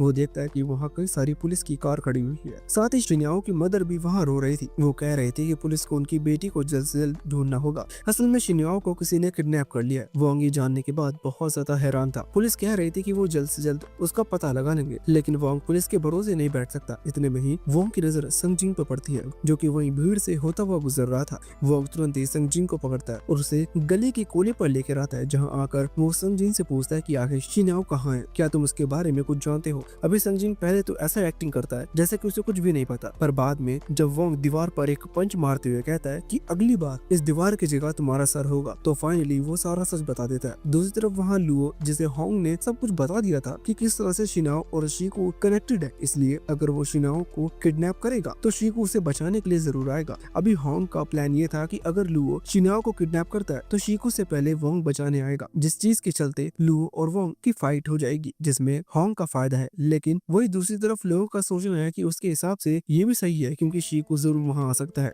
उस लड़की को बचाने के लिए, जिसे वो पहले भी एक बार बचा चुका है। अभी इस चीज के चलते लुओ ने बात मानकर शिनाओ को किडनैप कर लिया था और एक बिल्डिंग में ले आया था, लेकिन वो भी बात जानता है कि होंग उसे मैनिपुलेट करने की कोशिश कर रहा है, पर अपना फायदा करने के लिए। इसी वजह से उसे होंग को जमीन पर लेटाकर उसे गोल्फ खेलने के लिए यूज करना शुरू कर दिया था। मतलब वो जो हुक होता है जिस पर बॉल रखी जाती है, उसकी जगह अभी होंग का मुंह था। साथ ही उसकी हालत बहुत खराब थी। ये चीज देखकर अभी शिनाओ तो बहुत ज्यादा घबरा रही थी, पर साथ ही वो पूरी कोशिश कर रही थी कि लुओ के साथ आई कांटेक्ट बिल्कुल न करे, जिससे कि लुओ उसके पास ना आए। पर एक दो शॉट मारने के बाद लुओ सीधा यहाँ शिनाओ के पास आता है और उससे पूछने लगता है कि आखिर उसका और शीको का क्या कनेक्शन है। पर शिनाओ किसी शीको नाम के आदमी को नहीं जानती। हालांकि लुओ को इस बात पर यकीन नहीं था। अंदर ही अंदर वो ये चीज जरूर समझ रहा था कि जरूर शीको ने अपनी आइडेंटिटी को छुपाकर शिनाओ की मदद की, लेकिन फिर भी वो ये चीज सामने नहीं बता रहा। वो बस फोर्स कर रहा है कि शिनाओ को ये बताना होगा कि आखिर वो शीको को कैसे जानती है। वैसे वहीं अभी लुओ का बटलर खड़ा हुआ था। वो कहने लगता है कि अगर मान लीजिए अगर शीको यहाँ आता है, फिर हम उसे कैसे रोकेंगे, वो अभी भी आपसे ज्यादा ताकतवर है। इस पर लुओ कहने लगता है कि इस चीज की प्लानिंग मैं पहले ही कर चुका हूँ। मैंने बहुत सारे प्रोफेशनल फाइटर खरीदे हैं जो कि इजिली शीको को हरा सकते हैं। हालांकि अभी भी उस उस बटलर को लग नहीं रहा था कि शिकू को हराना इतना ज्यादा आसान होगा। साथ ही वो पहले कभी शिकू से मिला भी नहीं है, इसलिए उसे शिकू की स्ट्रेंथ के बारे में नहीं पता। वो लियो से कहता है कि अभी के लिए इस लड़की को चोट पहुंचाना, ये मारना गलत हुआ, तुम यहाँ से जाओ, उसका ख्याल मैं रखूंगा। जब शिकू आ जाएगा आगे का हम तब सोचेंगे। अभी लियो की बात मानकर वहाँ से चला गया, जिसके बाद सीन चेंज होकर यहाँ वोंग और संगजिन पर आता है। अभी संगजिन ने वोंग को पूरी तरह से बता दिया था कि होंग का प्लान क्या है, मतलब होंग किस तरह से शिन्याओ को किडनैप करवाकर वोंग को वहाँ ले जाना चाहता है, जैसे कि लियो और वैंग की फाइट हो। अभी वोंग ने ये चीज तो समझ ली, पर उसे ये समझ में नहीं आया कि ये शिकू है कौन और आके शिनाओ का उससे क्या कनेक्शन है। जिस पर संगजिन बताता है कि बहुत समय पहले शिकू ने शिनाओ को किडनैप होने से बचाया था। उस समय पर सभी लोग शिकू की तलाश में थे, क्योंकि शिकू बहुत पावरफुल था, सभी उससे लड़ना चाहते थे, लेकिन शिकू कभी भी कोई सबूत पीछे नहीं छोड़ता। इसी वजह से किसी के लिए भी उसे ढूंढ पाना लगभग नामुमकिन था। पर लियो की उससे मुलाकात हुई और साथ ही फाइट भी, जिस फाइट में शिकू ने लियो की 2 उंगलियां डिस्ट्रॉय कर दी थी। इसी वजह से लियो फिर से शिकू से मिलकर उसे हराना चाहता है। इसी वजह से वो होंग की बातों में आकर शिनाओ को किडनैप करने के लिए तैयार हो गया। अभी यहाँ संगजिन ने पूरी सिचुएशन वोंग को समझा दी थी, साथ ही ये भी बता दिया था कि वो शुरुआत से इस प्लान के खिलाफ था, लेकिन होंग ने ये बात नहीं मानी। अब वोंग बात मान लेता है और कहता है कि ठीक है, अगर तुम प्लान के खिलाफ थे तो मैं तुम्हें जाने दूंगा। वोंग वैसे भी कोई एक्स्ट्रा प्रॉब्लम क्रिएट नहीं करना चाहता था, इसलिए वो संगजिन को वहीं छोड़कर तुरंत उस कंस्ट्रक्शन साइट पर चला गया, जहाँ लू अपने साथ शिनाओ को किडनैप करके ले गया है। अब इस जगह पर एंटर करने से पहले ही सिस्टम ने पूरी तरह से इंफॉर्मेशन निकाल ली और वोंग को बता दिया कि टोटल 7 मार्शल आर्टिस्ट यहाँ शुरुआत में वोंग से मुकाबला करने के लिए खड़े हुए हैं, जिससे डायरेक्टली लड़ना थोड़ी प्रॉब्लम की बात होगी और साथ ही इसमें समय भी बहुत लगेगा। वोंग कहता है कि उन एडवांस स्टोन का क्या हुआ, क्या मैं उन्हें यूज कर सकता हूँ? तो इस चीज पर सिस्टम बताता है कि नहीं, अभी भी 4 दिन कंप्लीट होने में करीबन 30 मिनट बचे हुए हैं, 30 मिनट बाद तुम उनका इस्तेमाल कर पाओगे। वोंग 30 मिनट इजिली रुक सकता है, लेकिन उसे नहीं पता कि शिनाओ ठीक है या नहीं, इसी वजह से वो समय बर्बाद नहीं कर सकता, इसलिए वो अभी आगे बढ़ने का फैसला करता है। यहाँ उसे आगे बढ़ता हुआ देख ऑलरेडी लुओ देख चुका है, इसी कारण से वो तुरंत ही अपने मार्शल आर्टिस्ट से कांटेक्ट करता है और कहता है कि एक बकरा ऑलरेडी आ चुका है। अभी वैसे तो लुओ का वोंग से फाइट होने का कोई पर्सनल रीजन नहीं है, लेकिन जब तक शिकू वहाँ नहीं पहुँचता तब तक वोंग को पीट कर ही वो एंजॉय करना चाहता था। इसी वजह से वो एक टाइम पर सिर्फ एक ही मार्शल आर्टिस्ट को आगे बढ़कर वोंग से लड़ने का ऑर्डर देता है। यहाँ वोंग, जो कि उस कंस्ट्रक्शन साइट के मेन गेट पर पहुंच चुका था, वो वहाँ ताला तोड़ने की कोशिश कर रहा था, पर इतने में ही उन 7 मार्शल आर्टिस्ट में से एक, जिसका नाम पैब्लो है, वो वोंग का रास्ता रोक लेता है और वहाँ आकर सबसे पहले वोंग को बताता है कि वोंग को वो ताला नहीं तोड़ना चाहिए, क्योंकि उस ताले का एक सीक्रेट स्पिरिचुअल बैरियर लगा हुआ है, जिस पर अगर वोंग हिट करेगा तो उतने ही सेम एनर्जी से वो बैरियर वोंग को हिट करेगा, जिससे वोंग की जान भी जा सकती है। वोंग ये सुनकर हैरान था, पर अगर ऐसा है तो उसका मतलब उसे चाबी की जरूरत है, इसलिए वो पपेलो से कहने लगता है कि फिर तुम तो वो चाबी मुझे दे सकते हो।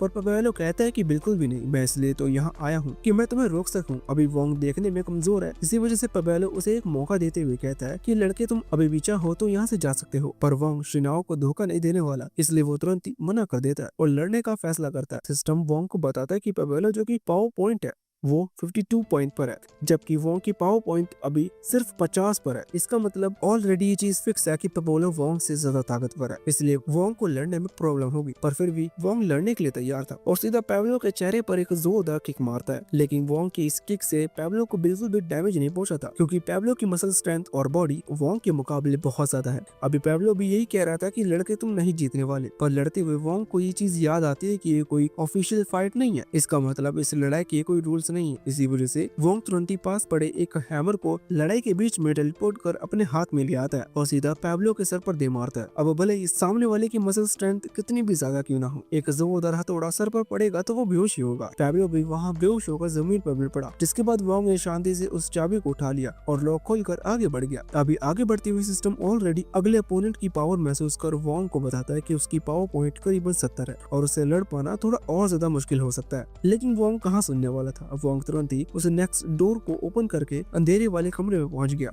जो दूसरा मार्शल आर्टिस्ट था, ये पहले एक असासिन रह चुका है, जिस वजह से ये हमेशा छुप कर हमला करता है। वहाँ कमरे में भी अंधेरा है, इसलिए वो जानता है कि इजिली वो वोंग पर हमला कर उसे खत्म कर देगा, मतलब कम से कम उसे तो ऐसा ही लगता है। लेकिन वोंग ऑलरेडी उसकी प्रेजेंस को महसूस कर चुका था, क्योंकि वोंग के पास स्पिरिचुअल आई की पावर है। खैर अभी जब वो असासिन वोंग पर हमला करता है तो वोंग इजिली उसके हमले को डोज करते हुए तुरंत ही एक बैट अपने पास समन करता है और सीधा उस लड़के के फैमिली गोल्स पर दे मारता है, जिससे उसकी फ्यूचर जनरेशन खतरे में आ चुकी थी। साथ ही वोंग ने दूसरे मार्शल आर्टिस्ट को भी हरा दिया था, इसलिए वो तुरंत ही अब आगे के रास्ते पर बढ़ जाता है। वहाँ उस नेक्स्ट फ्लोर पर दो असासिन वोंग का इंतजार कर रहे थे। वो ऑलरेडी सीसीटीवी के थ्रू देख चुके हैं कि वोंग ने किस तरह से पिछले दो असासिन्स को हराया, पर ये दोनों साथ में मिलकर लड़ नहीं सकते क्योंकि सिंगल फाइट का ऑर्डर मिला है। पर यहाँ जो पहला पर्सन था जिसका नाम बेवुल्फ है, वो उस दूसरे असासिन लड़के से कहने लगता है कि तुम्हारी तो बारी नहीं आ पाएगी क्योंकि वो लड़का मुझे नहीं हरा सकता। हालांकि अब इतने में ही वोंग की वहाँ एंट्री हो गई।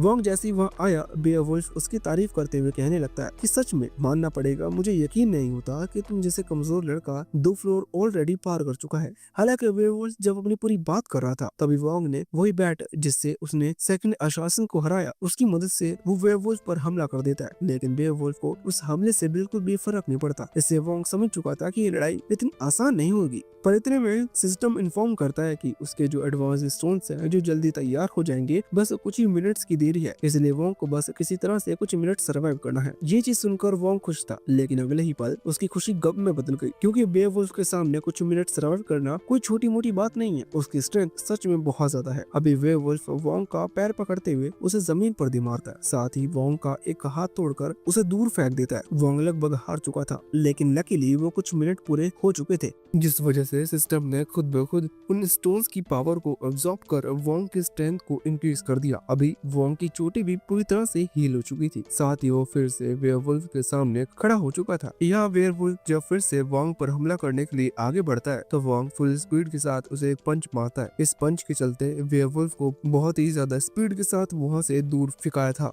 वो खुद से अभी अपनी स्ट्रेंथ पर क्वेश्चन करने लगा था कि आखिर उसकी इतने साल की मेहनत का क्या फायदा जब इतने मामूली लड़के से उसे इतनी इजीली सरपास कर गया। खैर, वही मामूली सा लड़का अचानक से आगे आकर उसके चेहरे पर एक बहुत ही तेज पंच मारकर फिर से उसे दूर फेंक देता है, जिससे बेवुल्फ लगभग हार चुका था। वहीं दूसरी तरफ लुओ, जो कि अभी इस मैच को देख रहा था, वो बहुत ही ज्यादा हैरान था। उसे गुस्सा भी उतना ही ज्यादा आ रहा था क्योंकि उन्हीं मार्शल आर्टिस्ट पर उसने बहुत ज्यादा पैसा खर्च किया है। वो सोच रहा था कि उसने इतने ज्यादा पैसे लगाए, फिर भी इन मार्शल आर्टिस्ट को एक ऐसा लड़का हरा रहा है जिसके बारे में उसने आज तक कभी सुना तक नहीं था। हालांकि तभी उसका बटलर कहने लगता है कि आपको चिंता करने की जरूरत नहीं क्योंकि नेक्स्ट फ्लोर को वो पार नहीं कर पाएगा। वहाँ 2 लोग उसका इंतजार कर रहे हैं जो कि सच में पावरफुल है। उन्हें सच में प्रोफेशनल कहा जाता है। अक्सर क्यू नाम की उस लड़की को जो कि अपनी स्ट्रेंथ को सब कंप्रेस करने के लिए एक खास तालिस्मान लगा कर आई है। खैर, अभी सीन यहाँ से स्टोन और क्यू पर आता है जो कि नेक्स्ट फ्लोर पर थे। वो अभी वोंग का इंतजार कर रहे थे। वहीं दूसरी तरफ वोंग, जो कि अभी सीढ़ियाँ चढ़ रहा है, वहाँ सिस्टम उसे बता रहा था कि तुम्हें थोड़ा शांत होना होगा, तुम बहुत ज्यादा चिंता कर रहे हो। अभी वोंग को चिंता इस बात की थी कि नेक्स्ट फ्लोर से आखिर इतनी पावरफुल एनर्जी महसूस क्यों हो रही है। खैर, कारण जो भी हो, अब जब वोंग वहाँ उस फ्लोर पर पहुंचता है तो उसके सामने स्टोन और क्यू को देखा। क्यू वैसे तो एक लड़की है और उसकी हाइट भी ज्यादा बड़ी नहीं है, मतलब वो नहीं लगती कि ज्यादा एज की होगी, पर फिर भी सब कह रहे थे कि वो स्ट्रॉन्ग है, तो हम भी मान लेते हैं कि जरूर वो स्ट्रॉन्ग होगी। अभी के लिए वोंग को देखकर उसने तुरंत ही एक मशीन वोंग की बॉडी से टच कर दी। अभी वो वोंग का पावर लेवल चेक करने की कोशिश कर रही थी। इस चीज से स्टोन और क्यू को पता चलता है कि वोंग कोई कल्टीवेटर नहीं है, मतलब वो एनर्जी एब्जॉर्ब नहीं करता। लेकिन पिछली फाइट को मद्देनजर रखते हुए वो ये चीज समझ चुके हैं कि वोंग एक स्ट्रेंथ कल्टीवेटर है, मतलब वो अपनी स्ट्रेंथ को फिजिकल स्ट्रेंथ से इंक्रीज कर सकता है। खैर, ये चीज वो जानते हैं कि वोंग अच्छा पावरफुल है, इसलिए लड़ने में मजा आएगा। खासकर यह अभी क्यू बहुत खुश थी। खैर, अभी जो बात कर रहे हैं वोंग को उनमें से कुछ भी समझ नहीं आ रही थी, इसी वजह से वो अपना सर खुजाने लगता है। पर तभी क्यू आगे आकर वोंग से माफी मांगती है और कहती है कि मुझे माफ करना, मुझे सबसे पहले खुद को इंट्रोड्यूस करना चाहिए था। इतना कहकर वो हाथ आगे करती है। वोंग ने भी अपना हाथ आगे बढ़ा दिया, लेकिन शायद उसे ऐसा नहीं करना चाहिए था क्योंकि क्यू बस उसका हाथ पकड़ना चाहती थी जिससे कि वो वोंग को वहां से दूर हटा सके। जैसे उसने हाथ पकड़ा, तभी दूसरे हाथ से उसने वोंग को पंच मार दिया। यहाँ वोंग खुद को एक फेमिनिस्ट मानते हुए इक्वालिटी को याद कर तुरंत ही क्यू को भी एक पंच मार देता है। हालांकि क्यू इस पंच को बहुत ही ज्यादा एंजॉय कर रही थी, जो देखकर वोंग हैरान था। साथ ही उसे क्यू से बहुत ज्यादा अजीब सी वाइब आ रही थी, इसलिए वो तुरंत ही अपना हाथ छोड़कर पीछे हट गया। वैसे क्यू के रिएक्शन देखकर वोंग सोच रहा था कि मुझे नहीं लगता कि ये लड़की मुझसे इस तरह की फाइट करना चाहती है, शायद इसे कुछ और चाहिए। पर और इतने में ही क्यू हमला करने लगी। यहाँ उसने वोंग पर अटैक कर उसे पीछे गिरा दिया था और फिर वोंग की तरफ बढ़ने लगी थी। उसके चलने का स्टाइल और वोंग को देखने का तरीका बहुत ज्यादा अजीब था। पर वहाँ दूसरी तरफ उसका वो साथी स्टोन वोंग को वार्निंग दे रहा था कि अगर वोंग चाहे तो अपनी लास्ट विश बता सकता है, क्योंकि अब वो जिंदा नहीं बचने वाला। पर वोंग यहाँ कुछ भी बोल पाता इससे पहले ही क्यू ने उसे जोरदार किक करते हुए एक पिलर से दे मारा, जहाँ अभी उसको देखने का तरीका सेम था। वोंग समझ चुका था कि क्यू चाहती है कि वोंग भी अपनी पूरी पावर के साथ उससे फाइट करे, इसलिए अब वोंग भी तुरंत खड़ा हो जाता है और क्यू पर हमला करना शुरू कर देता है। अभी जब वोंग क्यू को हिट कर रहा था तो क्यू को इस चीज में मजा आने लगा था। वो हंस रही थी और स्माइल कर रही थी। खैर जब वोंग रुकता है तो क्यू फिर से उस पर अटैक करती है उसे मोटिवेट करने के लिए, जिससे वोंग फिर से हमला करे। अभी चीज देखकर वोंग फिर से हमला करने लग जाता है, जिसमें क्यू को और ज्यादा मजा आने लगा था। वहाँ स्टोन भी चीज देखकर हैरान था क्योंकि क्यू वैसे तो बहुत ज्यादा अजीब बिहेव करती है, पर आज वो कुछ ज्यादा ही अजीब बिहेव कर रही है। हालांकि शायद अब क्यू पूरी तरह से सेटिस्फाई हो चुकी है, इसी वजह से वो फाइनली अपनी पावर अनलिश करने का फैसला करती है।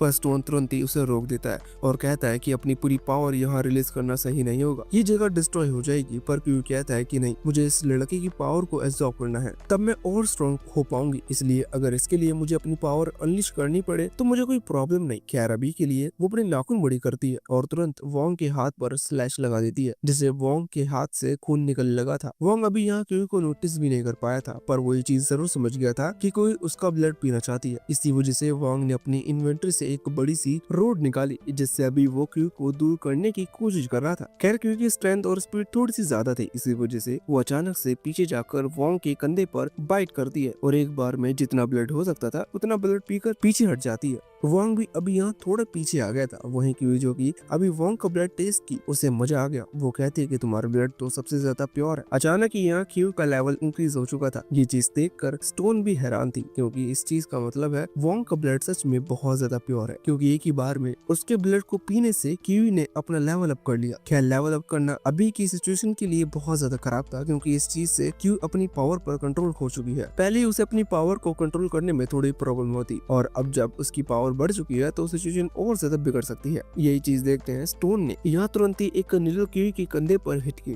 जिसने क्यू की पावर को सील कर दिया। ऐसा करके वो अभी क्यू को अपनी जगह पर रोक रहा था, लेकिन इस चीज में उसे भी थोड़ी सी मदद करनी होगी, क्योंकि इस चीज के लिए उसे क्यू की बॉडी के कुछ एक्यूप्रेशर पॉइंट्स पर टच करना होगा, जिसमें थोड़ा समय लगेगा। पर वहीं दूसरी तरफ वोंग इस चीज का फायदा उठाकर वहीं आसपास पड़ी कोई चीज देखने लगा था, जिससे वो स्टोन पर अटैक कर सके, क्योंकि उसे आगे बढ़ना है। पर स्टोन ने भी ये चीज नोटिस कर ली थी और तुरंत ही विंड अटैक से वोंग को पीछे हटा दिया और फिर खुद भी आगे आकर खड़ा हो गया। अभी वो फिर से एक विंड अटैक कर रहा था, लेकिन सिस्टम ने तुरंत ही वोंग को नोटिफिकेशन भेजी और वोंग ने उस अटैक को डोज कर लिया। अभी ये चीज क्लियर थी कि स्टोन इजिली वोंग को हरा सकता है, क्योंकि उसकी पावर वोंग से बहुत ज्यादा है। पर अचानक ही उसने नोटिस किया कि क्यू की हालत फिर से खराब हो गई और वो फिर से आउट ऑफ कंट्रोल जाने लगी। इसी वजह से उसे क्यू की मदद करने के लिए जाना पड़ा। वो समझ चुका था कि वो वोंग से नहीं लड़ सकता, इसी वजह से वो कहता है कि जाओ तुम जाकर अपने दोस्त को बचाओ। पर वोंग उसे यहाँ छोड़कर नहीं जा सकता, क्योंकि ऐसा भी हो सकता है कि अचानक से स्टोन पीठ पीछे आकर उस पर हमला कर दे, फिर तो वोंग कुछ भी नहीं कर पाएगा। वैसे भी अभी वोंग उससे नहीं लड़ सकता, लेकिन फिर भी स्टोन भी अभी वोंग से फाइट नहीं कर सकता, क्योंकि कोई प्रॉब्लम है और वोंग बस इसी सिचुएशन का फायदा उठाना चाहता था। अभी स्टोन वैसे तो गिव अप नहीं कर सकता, क्योंकि वो एक मिलियन नाम की किसी ऑर्गेनाइजेशन का मेंबर है जो कि गिव अप करना अलाउ नहीं करती। मतलब में बहुत ही ज्यादा हुनर की बात होती। पर फिर भी वोंग उसके पीछे खड़ा हो चुका था कि जब तक वो हार नहीं मानेगा और प्रॉमिस नहीं करेगा तब तक वोंग वहां से नहीं जाएगा, जिस वजह से स्टोन को हार माननी पड़ी। उसने तुरंत एक सिक्का निकाला और बताया कि ये उसकी ऑर्गेनाइजेशन का कॉइन है, जिसे वो लोग बहुत ही हुनर के साथ संभाल कर रखते हैं। वो तुरंत ही उस सिक्के को नीचे रखकर उस पर अपने ब्लड की एक ड्रॉप डालते हुए ये प्रॉमिस करता है कि वो वोंग पर हमला नहीं करेगा, और इस प्रॉमिस को तोड़ने का मतलब है उसकी मौत। इस वजह से ये चीज पक्की थी कि स्टोन रास्ते से हट चुका है। वोंग ने भी कॉइन अपने पास रख लिया और वहां से जाने लगा। हालांकि तभी वोंग को एक और चीज याद आई और तुरंत वो कैमरा निकालकर रिकॉर्ड करने लगा बैकअप के लिए। वो अभी बस स्टोन का मजाक उड़ा रहा था। खैर थोड़ी देर मजाक उड़ाकर वो वहां से चला गया, जिसके बाद स्टोन ने अपने एक दूसरे साथी से कांटेक्ट किया। ये दूसरा साथी भी असल में एक लड़की है जो कि उस कंस्ट्रक्शन साइट पर नहीं, ये कहीं और थी। अब स्टोन ने सिर्फ इसे इसलिए कांटेक्ट किया था क्योंकि ये बताना चाहता था कि वो अपने मिशन में नाकाम हुआ, क्योंकि वो एक छोटी प्रॉब्लम में फंस चुका है। वो लड़की पूछती पूछती है कि क्या हुआ, तुम और कोई ठीक तो हो। स्टोन बताता है कि हाँ हम ठीक है, बस कुछ रीजंस के चलते मुझे पीछे हटना पड़ा। अचानक ही वो लड़की बोलना बंद कर देती है। स्टोन कहता है कि तुम वही हो ना। तो उस लड़की का जवाब नहीं आता। असल में वो नीचे जमीन पर पड़ी हुई थी और ये काम शीकू का था। शीकू वहाँ पहुंच चुका है, लेकिन ये वो कंस्ट्रक्शन साइट वाली जगह नहीं है, ये दूसरी जगह है। खैर ये है कौन और कौन सी जगह है ये हमें बाद में पता चलेगा। अभी के लिए सीन वह लू पर आया, जो कि अभी पहले तो सारी वीडियो फुटेज देख रहा था जब तक वोंग ने 2 फ्लोर पार किया, लेकिन जब वोंग स्टोन और क्यू के पास पहुंचा तो उसने उस रिकॉर्डिंग पर ध्यान देना बंद कर दिया, क्योंकि उसे पता है कि वोंग अभी क्यू और स्टोन को नहीं हरा सकता। हालांकि जब उसकी नजर वापस से वहाँ स्क्रीन पर पड़ी तो उसने देखा कि वोंग फिर से अगले फ्लोर की तरफ निकल चुका है। इसका मतलब वो दोनों हार गए, जो चीज बिल्कुल भी पॉसिबल नहीं है, क्योंकि क्यू और स्टोन को सिर्फ शीकू ही हरा सकता है, लेकिन शीकू यहाँ नहीं है, तो फिर ये कैसे हो सकता है। हालांकि यहाँ उसका बटलर उसे बताता है कि वोंग ने उन्हें हराया नहीं है, बल्कि ऐसी सिचुएशन क्रिएट की है जिससे उन्हें हार माननी पड़ी। खैर वो अचानक ही वो आखिरी असासिन आ जाता है, जो कि अभी भी बचा हुआ है। वो कह रहा था कि मुझे अब चलना चाहिए। अब उस लड़के ने इजिली सभी को हरा दिया, अब मैं भी उसकी पावर देखना चाहता हूँ। यहाँ वो जहाँ तक वोंग से लड़ने की बात कर रहा था, पर लुओ कुछ और सोच रहा था। अचानक ही लुओ का बटलर कहने लगा कि मेरे हिसाब से हमें यहाँ से निकलना चाहिए, क्योंकि हम शीकू के लिए यहाँ आए थे। लेकिन शीकू को कोई पता नहीं है, जबकि ये वोंग नाम का लड़का ऑलरेडी प्रॉब्लम क्रिएट कर रहा है। वो यहाँ तक पहुंचा तो आपके लिए प्रॉब्लम क्रिएट हो जाएगी, हमारे यहाँ से निकलना ही सही है। पर लुओ को इस चीज में अपनी बेइज्जती महसूस होती है, पर अंदर ही अंदर वो भी डरा हुआ था। इसी वजह से वो उस आखिरी बचे असासिन से कहने लगता है कि क्या तुम कुछ कर सकते हो, क्या तुम अभी भी इस मिशन में हमारा साथ दोगे। वो यहाँ 3 गुना पेमेंट देने को भी तैयार था, लेकिन इससे उस असासिन को गुस्सा आ जाता है, क्योंकि लुओ यहाँ पैसे के थ्रू उसे खरीदने की कोशिश कर रहा था। इसी कारण से उस असासिन ने लुओ की तरफ हमला कर दिया,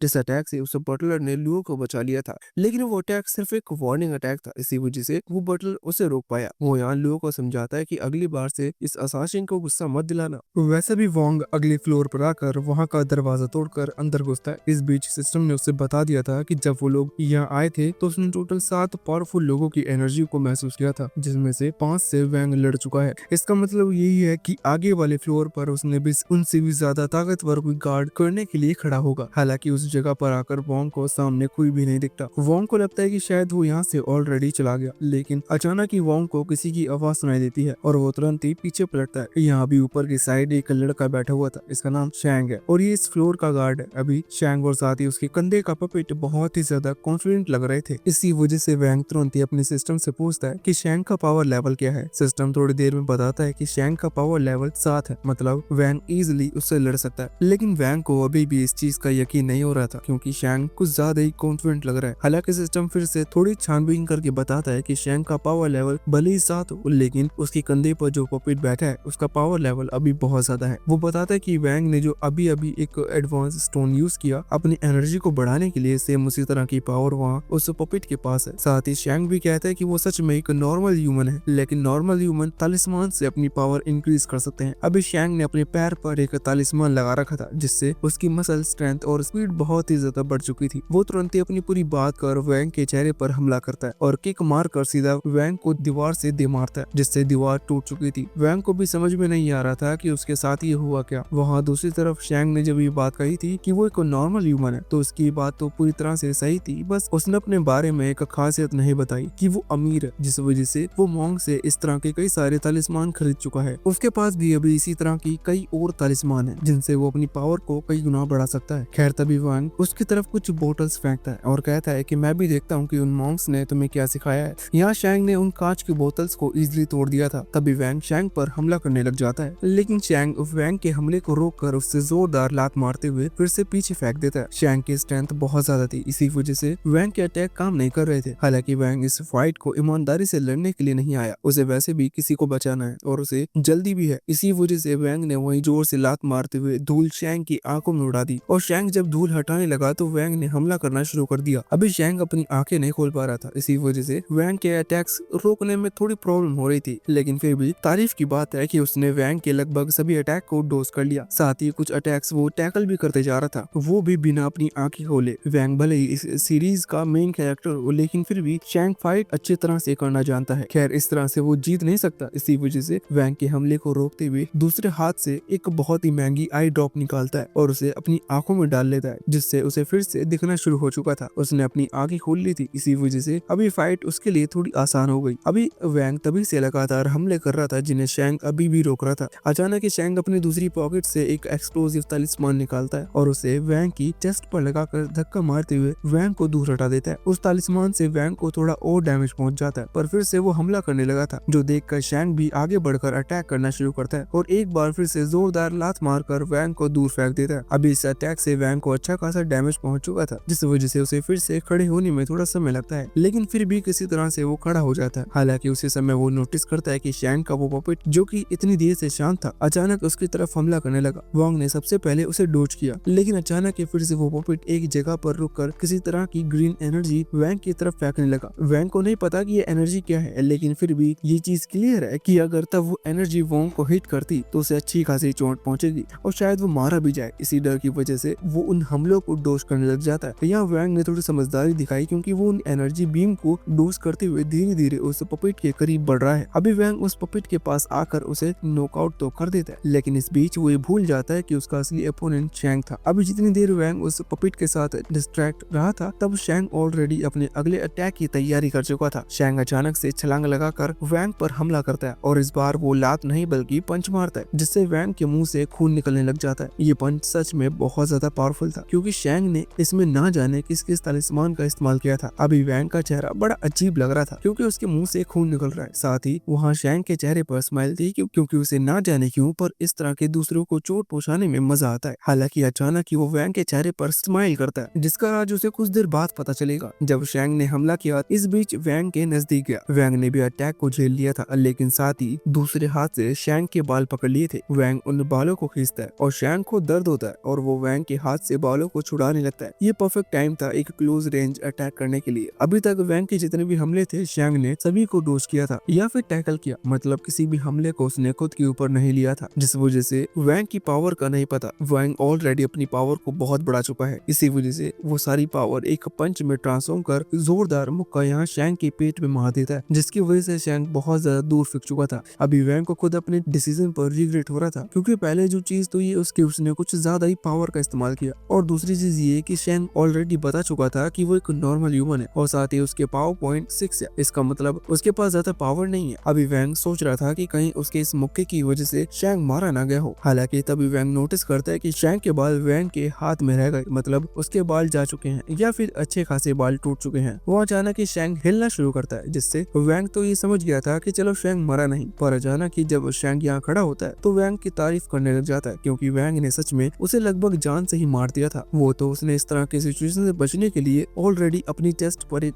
रिवील तालिस्मान लगा रखा था, जिसके कारण उसकी जान बच गई। खैर, उस तालिस्मान की वजह से वो खुद की जान तो बचा लिया, लेकिन अपनी हेयर लाइन नहीं बचा पाया। अब इसी चीज के चलते उसे बहुत ज्यादा गुस्सा आ रहा था। वो वैंग से कहता है कि भले ही आज मैं अपने सारे तालिस्मान यूज क्यों ना कर लूं, पर तुम्हारी जान लेके रहूंगा। वैसे उसने अपने एक खास तालिस्मान का इस्तेमाल किया, जिससे उसकी पावर बढ़ी। साथ ही अचानक उसके बालों का रंग सफेद हो गया। यहाँ सफेद बाल तो हुए थे, पर साथ ही जो बाल वैंग ने उखाड़ लिए थे वो भी ना जाने कैसे रीजनरेट हो गए। अगर ये तालिस्मान कहीं बिकता होता तो सबसे पहले मेरा दोस्त खरीदता। खैर, अभी बाल उगाने के बाद शैंक कई सारे और तालिस्मान एक साथ अपनी बॉडी पर चिपका लेता है और फिर ना जाने कितनी तेज रफ्तार से हमला करना शुरू कर देता है। उसकी स्पीड इतनी ज्यादा तेज थी कि एक पल के लिए उसे देख पाना बहुत मुश्किल था, पर वैंग की स्पीड भी अच्छी खासी तेज है, इसी वजह से वो कम से कम शैंक को देख पा रहा था। अभी कई सारे हमले अपनी बॉडी पर झेल लेने के बाद वैंग भी हमला करना शुरू करता है, लेकिन जैसे उसने हाथ आगे बढ़ाया अटैक करने के लिए, तभी शैंक ने तेज रफ्तार में 5 दूसरे तालिस्मान वैंग के हाथ पर लगा दिए, जिससे वैंग की स्पीड स्लो हो चुकी थी। शायद उन तालिस्मान के चलते वैंग का बॉडी वेट बढ़ चुका है और शैंक तुरंत ही एक और एक्सप्लोसिव तालिस्मान निकालता है और उसे वैंग की चेस्ट पर लगाकर वैंग को धक्का दे देता है। अभी जो धक्का था ये बहुत ही तेजी से लगा था, साथ ही अचानक से वो एक्सप्लोसिव तालिस्मान भी ब्लास्ट कर चुका था, जिस वजह से वैंग कुछ ज्यादा ही पीछे हट गया। यहाँ लगभग वो उस बिल्डिंग के नीचे गिरने वाला था, लेकिन सही समय पर उसने खुद को बचा लिया और आगे की तरफ भागा। अभी वैंग ने खुद को बचाने के लिए अपनी स्पीड बढ़ाई थी, पर इतने में ही वहाँ वो शैंक का पपेट भी फिर से वही ग्रीन एनर्जी से हमला करने लग जाता है। इस कारण से अभी वैंग अपनी स्पीड को कम ना करके वहीं से भागते हुए सीधा फिर से उस पपेट के पास आता है और उसे चेहरे से पकड़ लेता है, जिससे कि वो पपेट हमला करना बंद कर दे। पर फिर से वो भूल चुका था कि उसकी फाइट शैंक से थी। इतने में ही शैंक फिर से अपने अगले अटैक के लिए तैयार था। उसने तुरंत ही अजीब सी रोप का इस्तेमाल करते हुए वैंग को पकड़ा और उसे घुमाना शुरू कर दिया। वैंग अभी उस बिल्डिंग के चारों तरफ घूम रहा था, क्योंकि वो बिल्डिंग अंडर कंस्ट्रक्शन थी,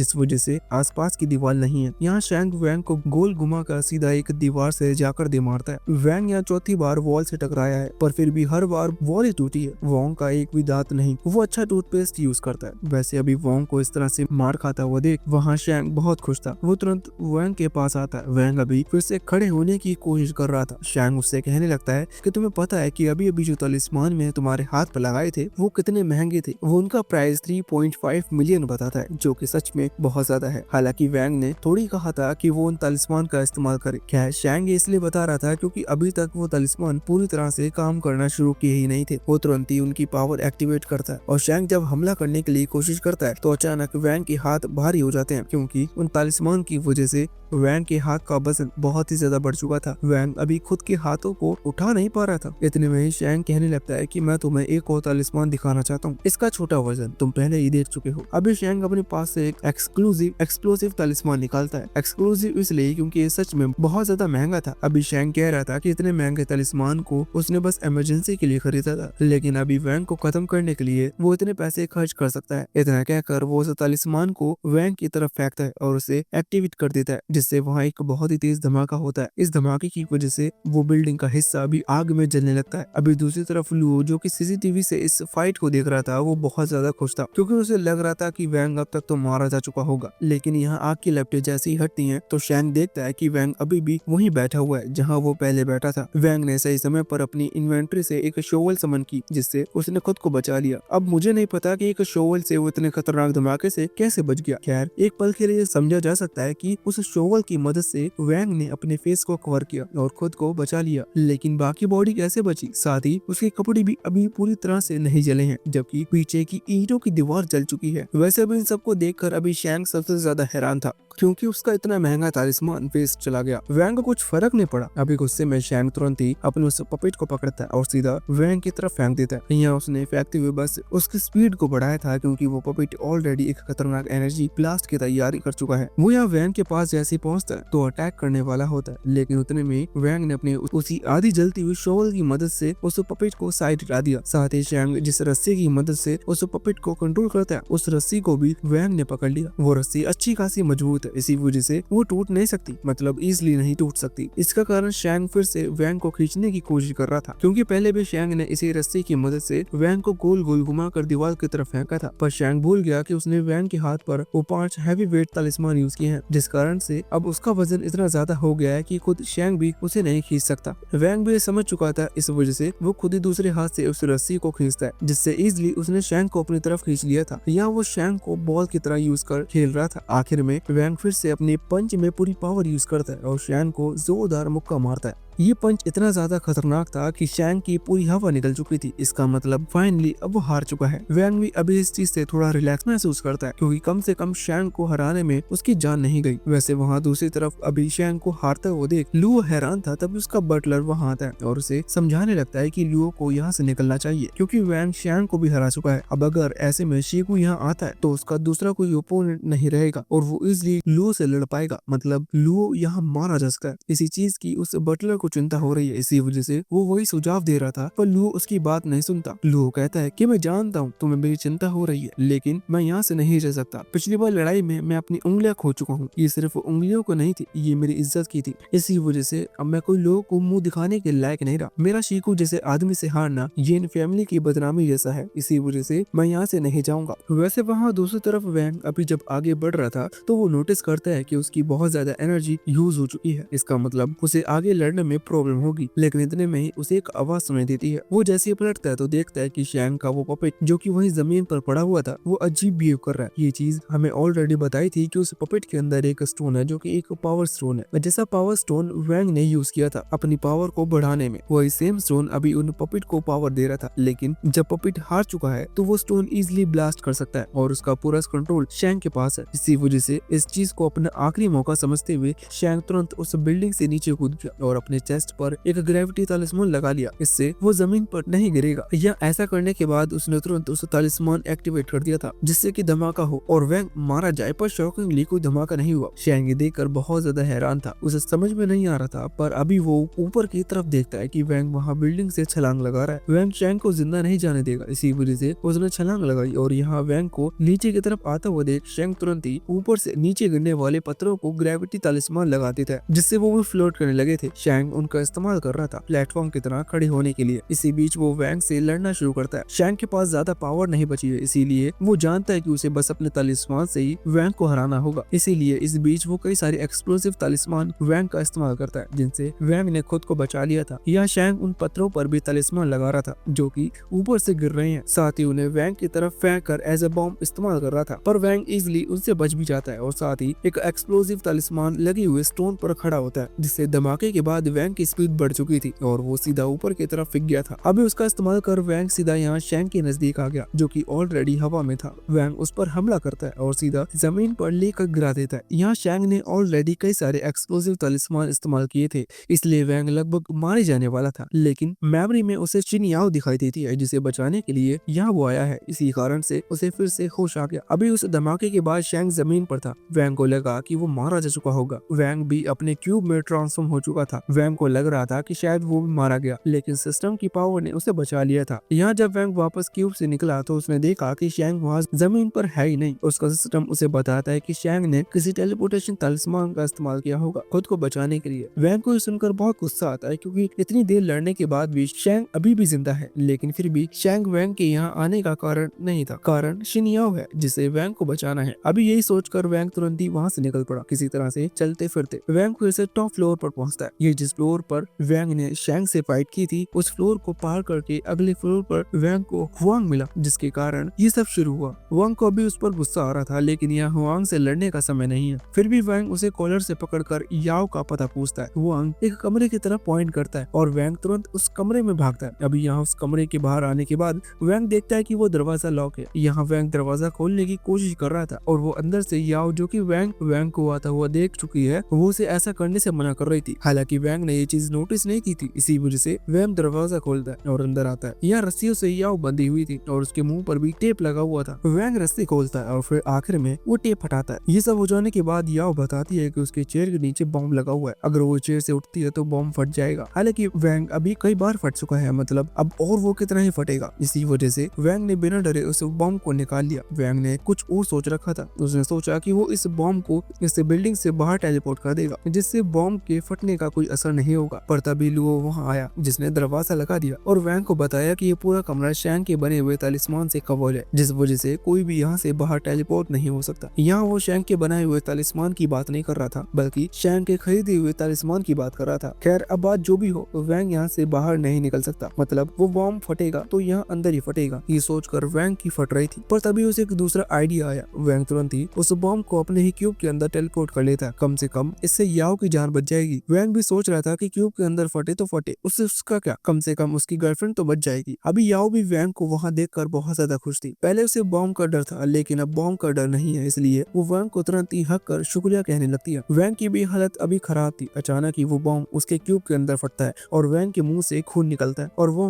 अनकॉन्शियस हो जाता है, मतलब वोंग लगभग बेहोश हो चुका था। याओ को कुछ समझ में नहीं आता। अभी वोंग जमीन पर गिर चुका था। याओ वोंग के पास आती है और रोने लगती है। उसे अभी कुछ भी समझ में नहीं आ रहा था। वहाँ दूसरी तरफ लुओ, जिसका प्लान था कि वो याओ की जान लेगा, क्योंकि याओ की जान चली जाएगी तो शीको को सबसे ज्यादा दुख होगा, ना जाने क्यों। मतलब याओ शीको की कोई गर्लफ्रेंड वगैरह या बेटी तो है नहीं, तो उसे दुख होगा। उसने तो बस एक बार याओ को बचाया था। खैर, फिर भी लुओ को ऐसा लगता है वो सच में गधा है, इसी वजह से याओ को मारना चाहता है। इसका प्लान नाकाम हुआ। अभी भी उसके पास दूसरा तरीका है। वो तुरंत दरवाजा खोलता है, एक गन निकालता है और इजिली 2 गोली धक धक मार कर लुओ याओ को नीचे गिरा देता है। याओ के लगभग जान जा चुकी थी, मतलब मुझे तो नहीं लगता। अभी ऐसा करने के बाद लुओ वहाँ से जाने लगा था। उसी दौरान लुओ का बट लगाता है और कहता है कि हमें इस जगह को छोड़कर चलना चाहिए, क्योंकि शीको पहुंच चुका है। अभी बॉम्ब तो उस कमरे में नहीं फटा, लेकिन कुछ और चीज फट चुकी थी। इसी वजह से लुओ और वो बटलर तुरंत ही वहाँ से चले गए। इधर वैंग, जो कि अनकॉन्शियस है लेकिन फिर भी थोड़ा बहुत समझ पा रहा है, उसके हाथ पर अभी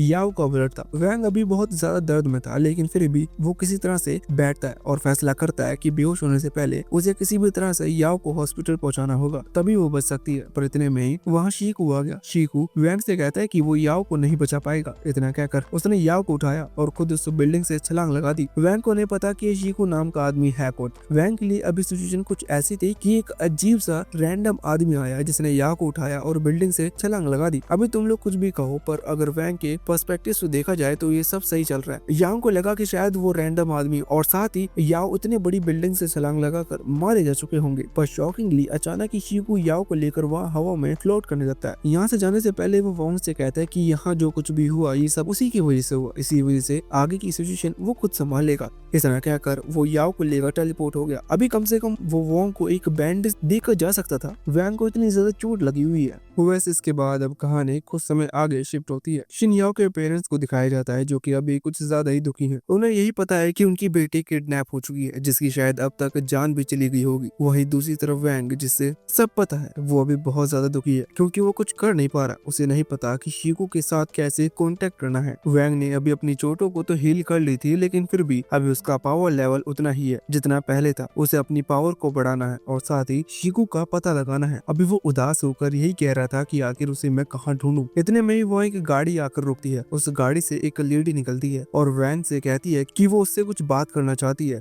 वैंग बात करने के मूड में नहीं था, इसी वजह से वैंग ने तुरंत ही मना कर दी। पर वो लेडी कहने लगती है कि मुझे पता है कि शीकू कहाँ है। वैंग ये सुनकर हैरान था। वो तुरंत कहता है कि मुझे उसका पता बताओ, जिस पर वो लेडी कहती है कि पहले मुझे तुमसे कुछ बात करनी है। इसके लिए वो वैंग को एक रेस्टोरेंट में लेके जाती है जहाँ अभी वो दोनों आमने सामने बैठे हुए थे। अभी वैंग जब शीकू की लोकेशन के बारे में पूछता है तो यहाँ लोकेशन ना बताते हुए वो लेडी ही वैंग से सवाल करने लगती है कि क्या तुम जानते हो कि कितनी खतरनाक लड़ाई हुई, फिर भी आपस के लोगों को इस बारे में क्यों नहीं पता, या फिर कोई इसके बारे में बात क्यों नहीं करता। जिस पर वैंग कहने लगता है कि शायद वो लोग जो कि वहाँ मौजूद थे वो इस चीज को छुपाने में माहिर होंगे। पर वो लेडी कहती है कि ऐसा नहीं है, ये असल में वो लोग हैं जो कि इस तरह की इन्फॉर्मेशन को दूसरों तक पहुँचाने से रोकते हैं। यहाँ वो खुद की बात कर रही थी। हालांकि यहाँ वो खुद को इंट्रोड्यूस कराते हुए कहती है कि उसने इस सारी इन्फॉर्मेशन को कवर किया है, जिस पर वैंग कहने लगता है कि उसे इस चीज से कोई फर्क नहीं पड़ता। पर वो लेडी कहने लगती है कि उसकी वजह से वैंग जिंदा है, क्योंकि सीक्रेटली ही सही पर वो वैंग को शुरुआत से प्रोटेक्ट कर रही है। वैंग कहने लगता है कमाल की बात है, तुम ही मुझे प्रोटेक्ट कर रही हो और तुम्हें इन तीनों आदमियों को लेकर आई जो कि मुझे कभी भी मार सकते हैं। वहीं पीछे टेबल पर 3 बॉडीगार्ड्स बैठे हुए थे जिनके पास वेपन है। अभी वैंग ने जैसे ये बात कही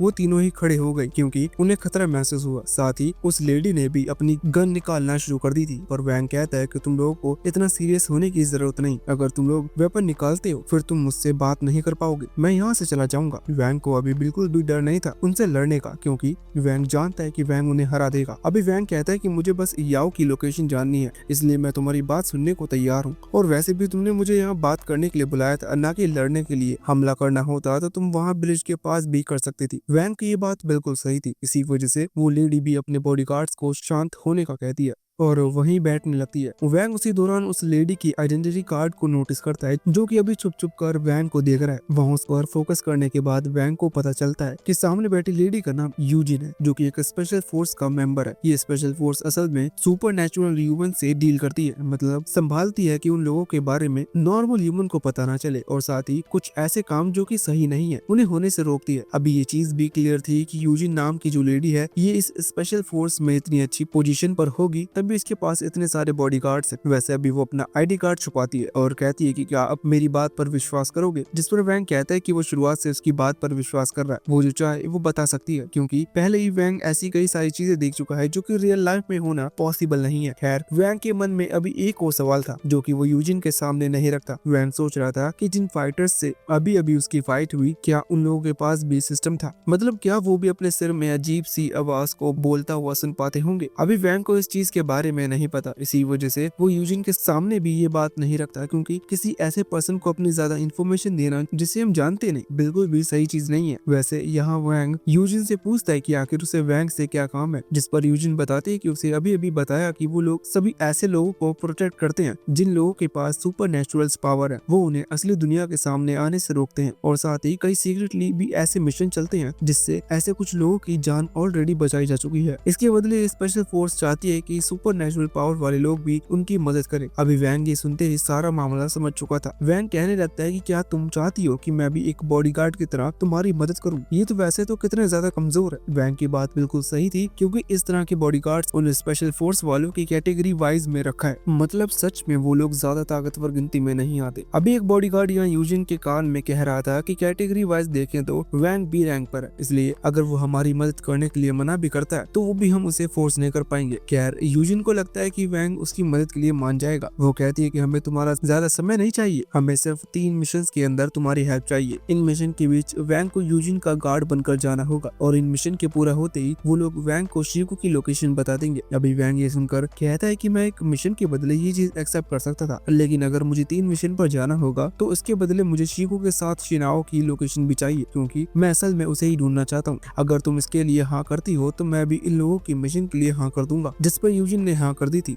हालांकि वो वैंग को एक एनवलप देती है और कहती है कि एक कॉन्ट्रैक्ट है, अगर तुम इसके लिए हाँ करते हो तो ही तुम्हें गार्ड बनाया जाएगा। साथ ही वैंग को इसके पहले एक टेस्ट भी देना होगा।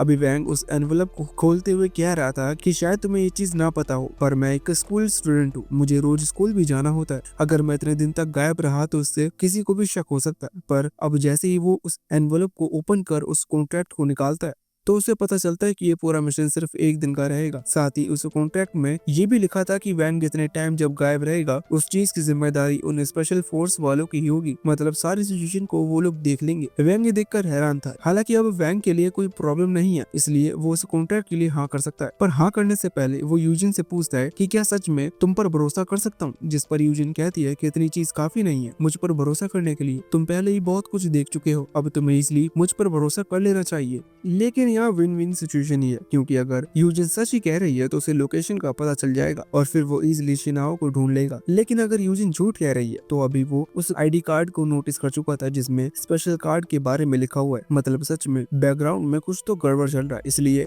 इन मिशन के बीच वैंग कुछ अच्छी खासी इन्फॉर्मेशन निकाल सकता है सुपर ह्यूमंस और साथ ही उसकी पावर्स के बारे में और साथ ही इस तरह की स्पेशल फोर्स के बारे में भी कि आखिर ये लोग करते क्या है। भले ही उसका मेन टारगेट शिनाओ है और उसे शिनाओ को ही ढूंढना है, लेकिन फिर भी रास्ते में इन्फॉर्मेशन मिलेगी तो लेते चलने चाहिए। वैसे अब तभी सीन चेंज होता है और उसे कार पर आता है जिसमें यूजिन अपने एक स्पेशल गार्ड के साथ जा रही है। ये गार्ड उसका पर्सनल गार्ड है, इस वजह से मैंने स्पेशल वर्ड का इस्तेमाल किया। इस पर यूजिन भरोसा करती है। अभी रास्ते में गाड़ी चलाते वक्त वो गार्ड यूजिन से पूछ रहा था कि क्या हमें सच में वैंग पर भरोसा करना चाहिए, क्योंकि वो एक सुपर ह्यूमन है, उसके पास डेंजरस पावर है और आज से पहले हमने ऐसे किसी भी पर्सन पर भरोसा नहीं किया। इस पर यूजिन कहने लगती है कि उसके ग्रैंडफादर ने उसे एक ही बात कही थी। यहाँ वो ओल्ड मैन कह रही थी, शायद वो अपने ग्रैंडफादर की ही बात कर रही होगी। वो बोल रही थी कि उन्होंने कहा था कि हमें रिस्क लेना चाहिए क्योंकि इसी से हम अमीर बन सकते हैं और वैसे भी वैंग एक अच्छा लड़का है। वो बताती है कि उसने वैंग इन्फॉर्मेशन निकाली थी जिससे उसे पता चला कि वैंग एक इनोसेंट लड़का है। पूरी सिचुएशन में वैंग के कोई गलती नहीं थी। फिर भी इस बीच वैंग की पावर जरूर सबके सामने आ गई। वो बताती है कि अगर वैंग इस तरह से प्रोग्रेस करता रहा तो 1 महीने के अंदर ही वो कैटेगरी बी रैंक के सभी लोगों को इजिली हराने में कामयाब हो जाएगा। इसी वजह से वो वैंग को अपनी तरफ करना चाहती है,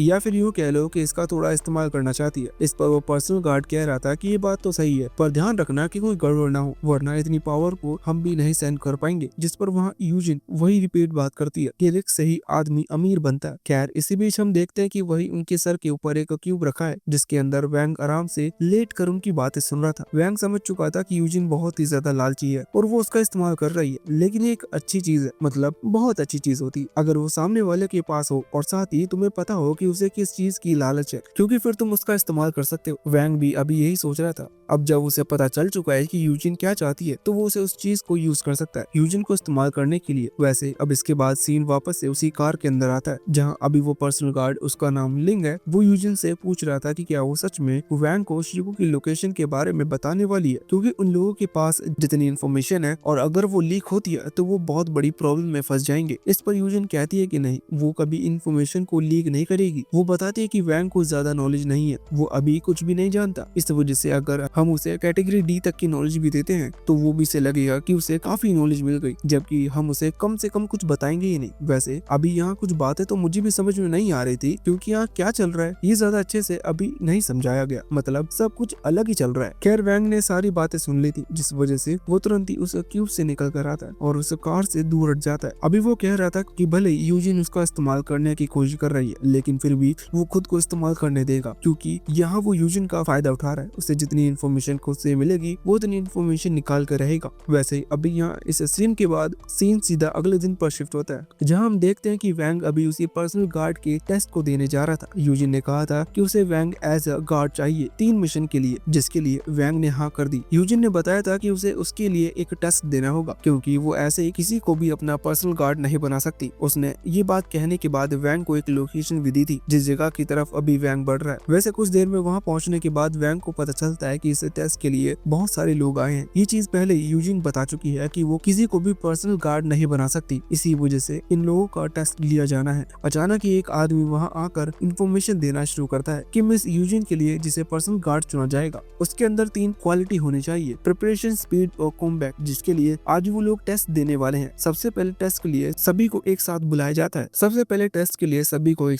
जाता है। सामने एक दरवाजा था, दरवाजा उन्होंने जैसे ही पार किया तो वो एक गैम्बलिंग रूम में पहुंच गए। अगर तुम गैम्बलिंग को क्रिकेट टीम बनाना समझते हो तो तुम बेवकूफ है, क्योंकि वो बेवकूफ है और गैम्बलिंग असल में एक आर्ट है। यहाँ उस आदमी ने ये चीज पहले ही क्लियर कर दी थी कि उन सभी को 5-5 चिप दी जाएंगे, जो कि गैम्बलिंग मनी होती है, और यहाँ अलग अलग खेल खेल कर वो चिप जीत सकते हैं। यहाँ से निकलने से पहले जिसके पास भी 10 चिप होगी वो जीता हुआ माना जाएगा, मतलब कि वो इस टेस्ट को पास कर लेगा और अगले टेस्ट में एंटर करेगा। यहाँ एक और चीज क्लियर कर दी गई है, किसी से झगड़ा कर चिप्स नहीं छीन सकते और साथ ही चोरी नहीं कर सकते, मतलब चुरा नहीं सकते। बाकी गैम्बलिंग कला है जिसमें चीटिंग जरूर हो सकती है, इसलिए वो रूल यहाँ नहीं रखा गया। अभी सारी इन्फॉर्मेशन जान लेने के बाद कुछ लोग तो फाइट को प्रेफर कर रहे थे, मतलब वायलेंस के लिए मना किया गया है, लेकिन अगर दोनों की तरफ के कॉम्पिटिटर हाँ कर दे तो ये फाइट डिसाइड की जा सकती है कि कौन चिप्स रखेगा, पर इसके लिए दोनों की तरफ के लोगों को हाँ करना होगा। यहाँ दूसरी तरफ वैंग, जो कि लड़ाई की वजह कोई दूसरा रास्ता ही ढूंढ रहा है चिप्स कमाने का, उसे वही आदमी मिलता है। वो आदमी वैंग से कहने लगता है हम बेवकूफी नहीं करेंगे। वो वैंग को बताता है कि यहाँ जो कंप्यूटर मशीन रखी हुई है उनमें चिप्स जीतना बेवकूफी होगी, क्योंकि वो कंप्यूटर से चलती है। जिसमें हमें जीतना है या नहीं ये सामने वाले के ऊपर डिपेंड करता है, जो उन मशीन्स को प्रोग्राम कर चुके हैं। वहीं दूसरी तरफ ऐसे गेम जिनमें चीटिंग की चांसेस ज्यादा हैं, उनमें पार्टिसिपेट करने का फायदा नहीं है। वो आदमी अभी कह रहा था कि चीटिंग से अच्छा हम ईमानदारी से चिप्स जीते। वहीं दूसरी तरफ वैंग, जो कि उस आदमी को अभी बड़बड़ाते हुए देख रहा है, वो सोच रहा था कि क्या ये आदमी उससे बात कर रहा है। खैर वैंग को ऐसा नहीं लगता, इस वजह से वो चुपचाप वहाँ से चला जाता है। अभी वो आदमी कहने लगता है कि क्या तुम मुझ पर भरोसा कर सकते हो, हम अपने लिए 10 चिप्स कलेक्ट करेंगे। पर जब ऐसा कहकर वो अपने आसपास देखता है तो वैंग उसे दिखाई नहीं देता। इसका मतलब वैंग वहाँ से चला गया, जो देखकर वो आदमी कहने लगता है कि शिट, मेरा पहला टारगेट चूक गया, अब मुझे कोई और नया टारगेट ढूंढना होगा। वैसे वहीं दूसरी तरफ वैंग जब अलग अलग खेलों को देखकर आगे बढ़ रहा था, उसी दौरान उसे एक काउंटर दिखता है जहाँ की लड़की, जो कि असल में डीलर है, वो 3 कप्स लेकर खड़ी हुई थी। उन कप्स के नीचे कॉइन रखा गया था, उसे चिप्स दे दी जाएगी। ये गेम परफेक्ट इसलिए है क्योंकि इसमें हिस्सा लेने वाला एक पर्सन किसी दूसरे पर्सन के साथ कॉन्टेस्ट नहीं कर रहा, वो असल में उस लीडर के साथ कॉन्ट्रैक्ट कर रहा है जिसे सामने वाले के चिप्स को अपना बनाना है। अभी वैंग को यही लड़की अच्छी लगती है, या यूं कह लो यही खेल अच्छा लगता है, इसी वजह से वो इसमें हिस्सा लेने का फैसला करता है। पर इतने में ही वहाँ वही आदमी आ गया जो कि वैंग को बेवकूफ बनाने की कोशिश कर रहा था। वो वैंग से कहने लगता है कि मैं तुम्हें अपना दोस्त बनाना चाहता हूँ, पर लगता है कि तुम ऐसा नहीं चाहते, इसलिए मैं चाहता हूँ कि हम दोनों कंपटीशन करें, जो सही कप गैस करेगा वो जीता हुआ माना जाएगा। वैंग कहता है कि इसमें कोई फायदा नहीं, हम सिंगल सिंगल भी ये खेल सकते हैं जिसमें दोनों का फायदा है, अगर कोई हारेगा तो भी अच्छा है, सामने वाले से नहीं हारेगा। इस पर वो आदमी कहने लगता है कि शायद तुम डर गई, पर वैंग कहता है कि अगर तुम ऐसा ही चाहते हो मुझे ये चीज मंजूर है। और वैंग एक ही गेम में 5 चिप दाव पर लगा देता है, जो देखकर वो आदमी हैरान था। वो थोड़ा सा डरा हुआ था, पर उसने भी अपनी 5 चिप दाव पर लगा दी। वो लड़की तुरंत ही एक ग्लास के नीचे कॉइन रखती है और ग्लास घुमाना शुरू करती है। अभी कई और दूसरे पार्टिसिपेंट्स का ध्यान अभी उन ग्लासों पर था। यहाँ रूल ये है कि अगर दोनों ही सही नहीं बता पाए तो वो जो चिप थी वो उस लीडर को मिल जाएगी, मतलब कुछ भी सिचुएशन हो उसका ही फायदा है। अब जब ग्लास रुकते हैं तो सबसे पहले उस आदमी से पूछा जाता है। वो वहाँ लेफ्ट वाले कप की तरफ पॉइंट करता है। उसे लग रहा था कि उसी कप के नीचे कॉइन है। खैर जब वो लड़की वैंग से कॉइन के बारे में पूछती है तो वैंग उस लड़की की लेफ्ट हैंड के बारे में बताता है कि वो उसने अपने हाथ में छुपा रखा है। हालांकि लड़की ने सुनते ही अपना हाथ खोल दिया और कहा कि उसके हाथ में कोई कॉइन नहीं है, पर वैंग ने नोटिस कर लिया था, इसलिए वो कहता है कि तुम ऑलरेडी वो कॉइन अपने राइट हैंड में ट्रांसफर कर चुकी हो। ये सुनकर सभी बहुत ज्यादा हैरान थे, खासकर वो आदमी। वैंग कहता है कि अपने दोनों हाथ सामने लाओ, जिसके बाद वो लड़की अपना राइट हैंड लाती है और बताती है कि वैंग ने सही गेस किया, कॉइन उसी ने गायब किया था। ये सुनकर वो आदमी बहुत ज्यादा हैरान था। उसने तीनों कप खोल कर देखा तो वहाँ कॉइन नहीं था। अभी वो कह रहा था कि ये तो चीटिंग है, आखिर तुमने उस कॉइन को ग्लास के नीचे से कब निकाला? पर लड़की कहती है कि नहीं, ये चीज मैं आपको नहीं बता सकती क्योंकि रूल्स के खिलाफ है। ये सुनते हुए वो आदमी समझ जाता है कि यहाँ क्या चल रहा है। वो कहता है कि तुम्हारे पास दो कॉइन थे, एक तुमने अपने हाथ में रखा और दूसरा कॉइन ग्लास के नीचे था जो कि टेबल में बने होल की वजह से नीचे गिर गया। अभी इस पर वो लड़की तुरंत मना करती है कि ऐसा कुछ भी नहीं है, पर यह आदमी बात नहीं मानता। वो दोनों तो उस लड़की को दूर हटाते हैं और टेबल के नीचे देखने लगता है जहाँ कोई भी होल नहीं था। होल असल में उसके दिमाग में है। खैर वो लड़की कहती है कि मैंने पहले ही कहा था कि शुरुआत से मेरे पास सिर्फ एक ही कॉइन था, वो मैंने कब गायब किया ये चीज आपको नोटिस करनी थी। वैसे कुछ भी वैंग अपने कॉइन्स डबल करवा चुका था, मतलब कि अपनी चिप्स डबल करवा चुका है। उसके पास 10 चिप्स थे, इसका मतलब उसने टेस्ट को पास कर लिया, इसलिए वो उन्हें लेकर यहाँ से चला जाता है। तभी एक दूसरी लड़की वहाँ आती है जो कि इस टेस्ट में वैंग की तरह ही एक पार्टिसिपेंट है। उसने भी कई दूसरे खेल देखे लेकिन उसे भी यही खेल पसंद आया, वो भी यही खेलने आई है। खैर उसने कैसे खेला और जीती या हारी ये हमें नहीं बताया जाता। हमारा सीन डायरेक्टली अगले दिन पर शिफ्ट हो चुका था जहाँ वैंग को उसका रिजल्ट मिल चुका है कि उसने टेस्ट पास कर लिया। इसका मतलब अब वो पर्सनल गार्ड बनने के लिए तैयार है। खैर जो दूसरे टेस्ट के लिए गए होंगे वो हमें नहीं दिखाए गए, शायद वैंग ने उन्हें भी पास कर लिया होगा। हालांकि हमें जरूर बताया जाता है कि वैंग ही अकेला पर्सनल गार्ड नहीं है, मतलब उन टेस्ट के बीच से कुछ लोगों को चुना गया इस मिशन के लिए। खैर आखिर में हमें उन लोगों को भी दिखाया जाता है जिसमें वो लड़की भी थी जो कि वैंग के बाद खेल खेलने के लिए आई थी। वैसे अभी इस चीज के साथ ये पार्ट यहीं पर खत्म हो जाता है। इस वीडियो को अच्छा सपोर्ट आया तो इस पार्ट को इसी तरह से हम जल्दी लेकर आएंगे, अगला पार्ट भी जल्दी ही आएगा।